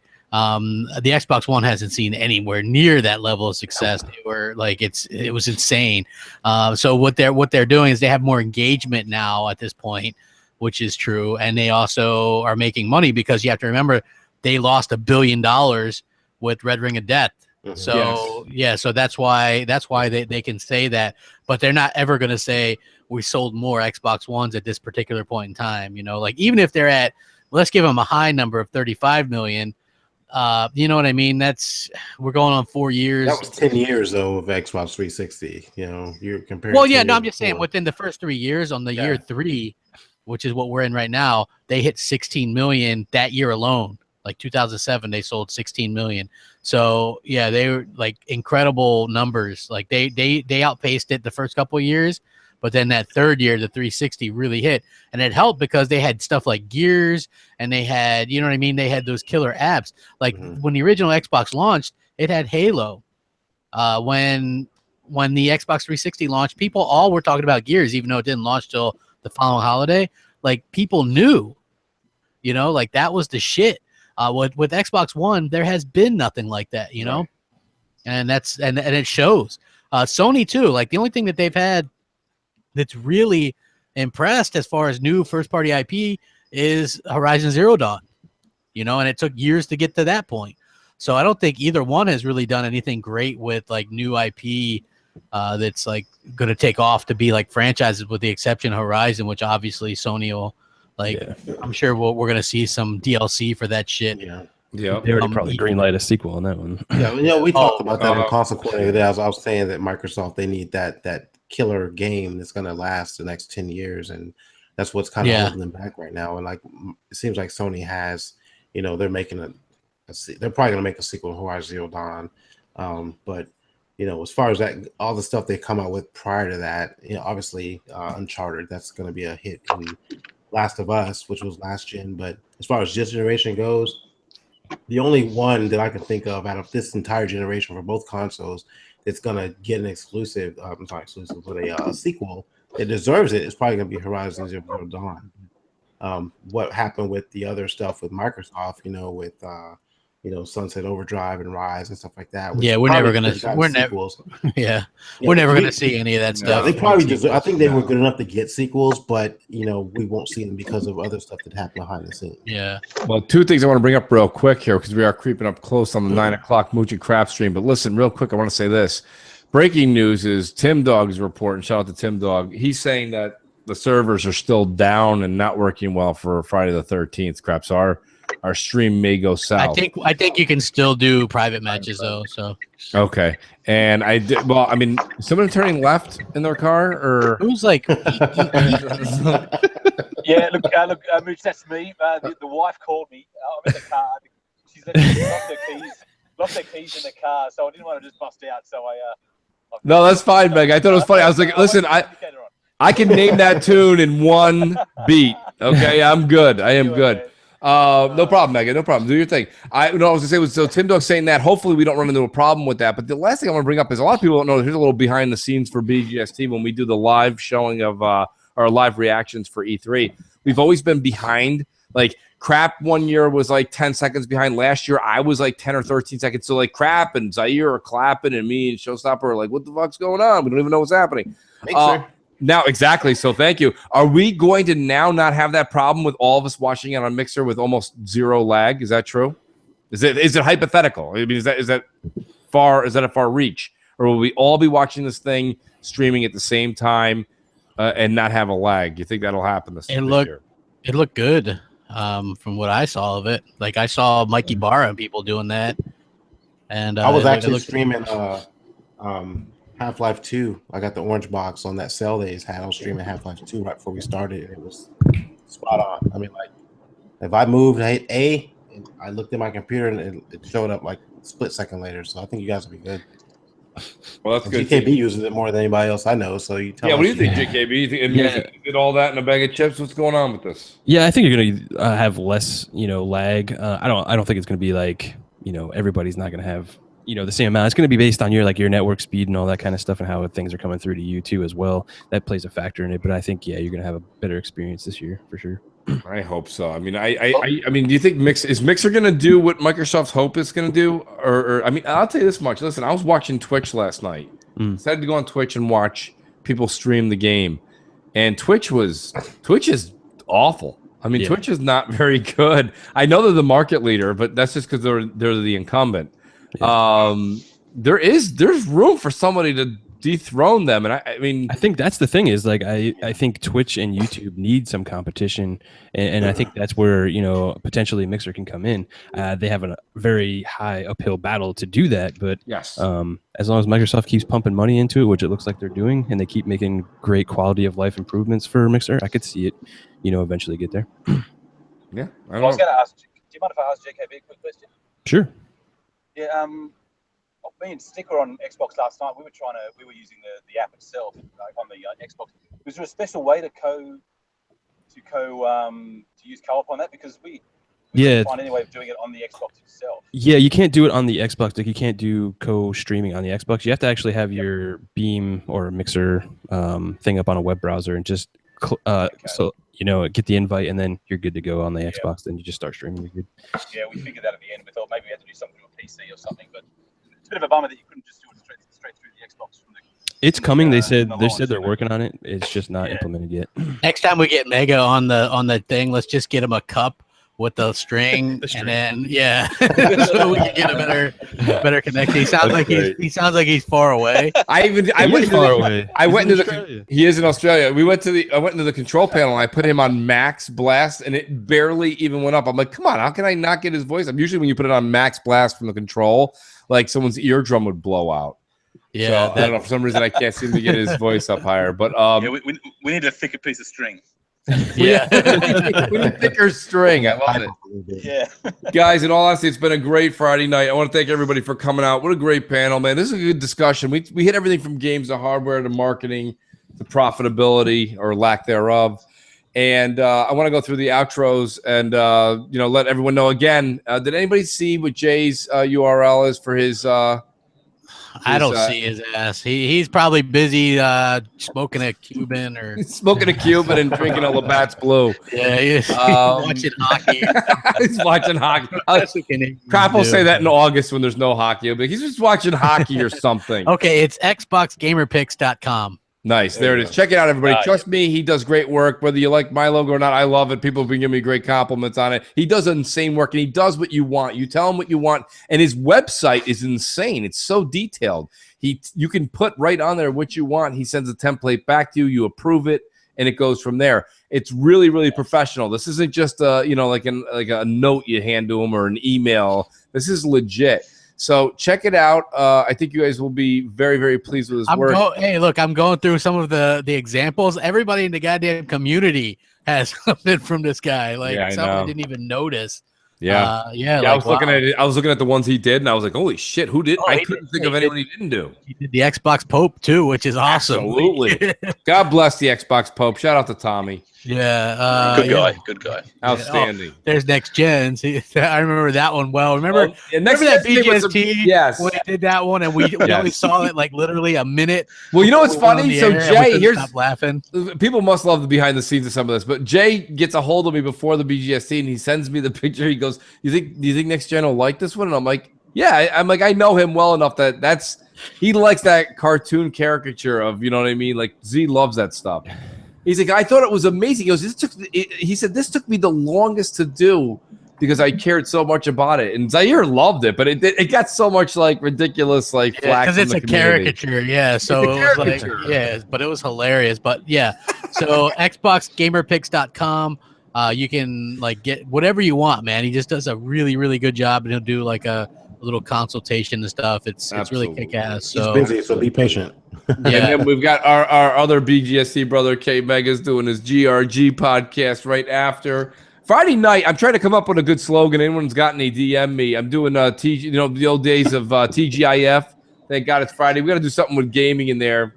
But you got CrossFire, GRG, and then you have Mooch and Crap streaming. It's just a night of like, if you've been playing your analog sticks all goddamn week and you're tired of playing, you want to just chill, zone out, and listen. You got two great podcasts, and then you got streaming, which our streams start with a game and always end up with a ridiculous amount of Gears 4 multiplayer around 12:30 in the morning. And that's when shit really gets off the hook. So, yeah, everybody tune into GRG after this. It's got its own YouTube channel now. So if you don't know where it is, just go to K Mega's. I'm sure you're all subscribed to him, and then you can find it from there. But GRG Podcast has also got its own. So very cool, very cool. Let me go through the outros here. Let me start the reverse side here. Let's start with Predator on my list here. Predator, thanks for coming out tonight, buddy. I really appreciate your 2 cents because the community needs to know, all aspects. A lot of the community already knows what me and Crap say because, well, frankly, we say it every day. Yeah. So it's nice to hear your take on it, and thanks for coming out tonight. Hey, man, thanks for having me on, man. It's my wife's birthday tonight. Luckily, she's out getting a tattoo, so I was able to jump in with you guys tonight. Thanks for having me on again. And like always, man, anytime you need me on, just hit me up. Follow me on, I'm on YouTube, Predator_H2OS. Obviously, I'm on Twitter as well. And Xbox and PS4 is the same as well. This won't be the last time you're on Crossfire, Predator. Really appreciate it. And you're a well-spoken individual in the community, so thank you. Thank you. Appreciate it. Mega over in Australia, down under, brother. The man who will. This man is dedicated, okay? Because his wife sent him on a task, and he's like, "I will not stop podcasting." He took it on the road, folks. Okay, so I'm on the road, boys. Yes, I appreciate that, Mega. In the car. Yeah, that's all right, man. Well, look, I didn't want to leave. It's such an honor to be on. So that's why I wanted to stay on and not leave early. But you can catch me on Twitter at Mega Bad Seed, YouTube Mega Bad Seed. We've got the Doug. I might just shout out the Doug podcast. We're on absolutely tonight, 10:30 our time PM, which I think is about 8:30 Eastern time over there. So yes, it is. It's early for you guys, but we'll have a Newton's going to be on, Magic Mike, and we've also got Ross Miller, who is an Xbox podcaster with Major Nelson and nice AC Bongo. So I think Stick's sort of befriended each other. So he's coming on to talk. He likes the whole Beam thing or Mixer thing with the doing the podcast while playing games sort of setup. So he's going to jump in and have a chat with us. So that should be interesting. I think that's real cool, Mega. Thank you. And shout out again. Let me plug that again. The Doug podcast. It is on 8:30 a.m. Eastern time.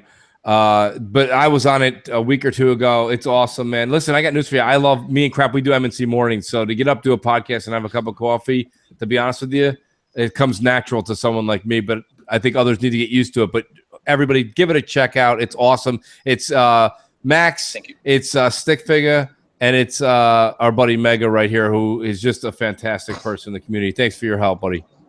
Thanks. Appreciate that. Thanks, guys, again. No problem. And then we got my buddy down in Florida, who you got to give some shit to, Inferno. He is still not off the hook. Inferno is going to start getting literature from the Mooch Maniacs. We got to get him in here. But Clowns, you are a 4 guys with quarters. You are one of the guys with a quarter. And we appreciate you being here, bro. It's always awesome to talk to you, and I love your 2 cents. Yeah, man, always appreciate being here. It's always a pleasure, Mooch, hanging out with you guys, debating with Crap, debating with the Gov. you know how it is. Seeing Predator and Mega, always a pleasure, man. That's awesome, man. Awesome. Thank you, Clowns. GKB, listen, buddy, it's awesome that you're with us because you know what's great about GKB? GKB is not, he is the anti-yes man. He is not going to say yes unless he truly, when he does, at least he's totally on your side. So GKB, thanks for coming on tonight. We can't wait to actually hang out with you in the next one. We say 9 o'clock, but we'll take a 20-minute stretch break. Couple drinks. But where can people find you and maybe some of the Mooch Maniacs, they need to know where Console Corner is located. What's going on? Yeah, man, you can follow us on Gamers Knows Best on YouTube and Twitter. We do the Console Corner every Tuesday at 7:30. Big shout out to She-Wolf and the rest of the panel. You guys are awesome. Love you every week. Big shout out to the community watching us. Without you guys, we wouldn't be doing this. So big shout out to you guys. Yes, I would like to also say shout out to She-Wolf. Thank you very much for the email code for our buddy Ben over at Gun Media. Appreciate that, and she really helped me out. I can't thank you enough. And then the one, the only, Mr. Crap Gamer. Always a good time to hang out with you, buddy. Thanks for having me. Well, I'm always here anyway, but yeah, it's going to be a good time. Hopefully going to be able to stream some of that Friday the 13th stuff here in probably a little bit. I got to go take a piss and stuff, but yeah, it'll be... I want to hear Crap scream. I want to hear Crap scream. Yeah, like that. Yeah, that shit happens, man, because that game is... That's what that game's all about, though. You know what I mean? Like, I'm excited to actually hop out there and play it. And, and again, like we'll be on MNC mornings this Sunday on this channel, and we're giving away a couple different things, EA Access, also a $50 Xbox Live card. All you got to do is call in MC Space Mornings on Skype and leave a voice message, ask a question, whatever, and then you're entered on the Wheel of Wonder. And it's that easy. Usually we only have about 10 or 12. So you have a 1 in 12 or 15 chance to win something. You know what I mean? Not just that, but I'll also plug the Patreon. We got the MNC Mornings Patreon. Yeah. Guys, for $1 a month. It's for just $1 a day. For just $1 a month. $1 a month. Yeah. $1 a month, you get entered into a very similar $60 value of anything you want. It could be Xbox Live for the year, EA, 2 EA accesses, whatever you want to give one to a friend. You can get it in a PS Plus or any game you want for any console. It's really, really worth it. Give it a check out. We got links all over the place. I'll put it in this one as well. Thanks, everybody, again. CrossFire was absolutely amazing. We're going to do it again next Friday, 7 o'clock. We have MNC Mornings on my channel this week, 11 a.m. Eastern Time, and we'll see you guys in a little bit on mixer.com/themooch. Catch you guys later. Thank you.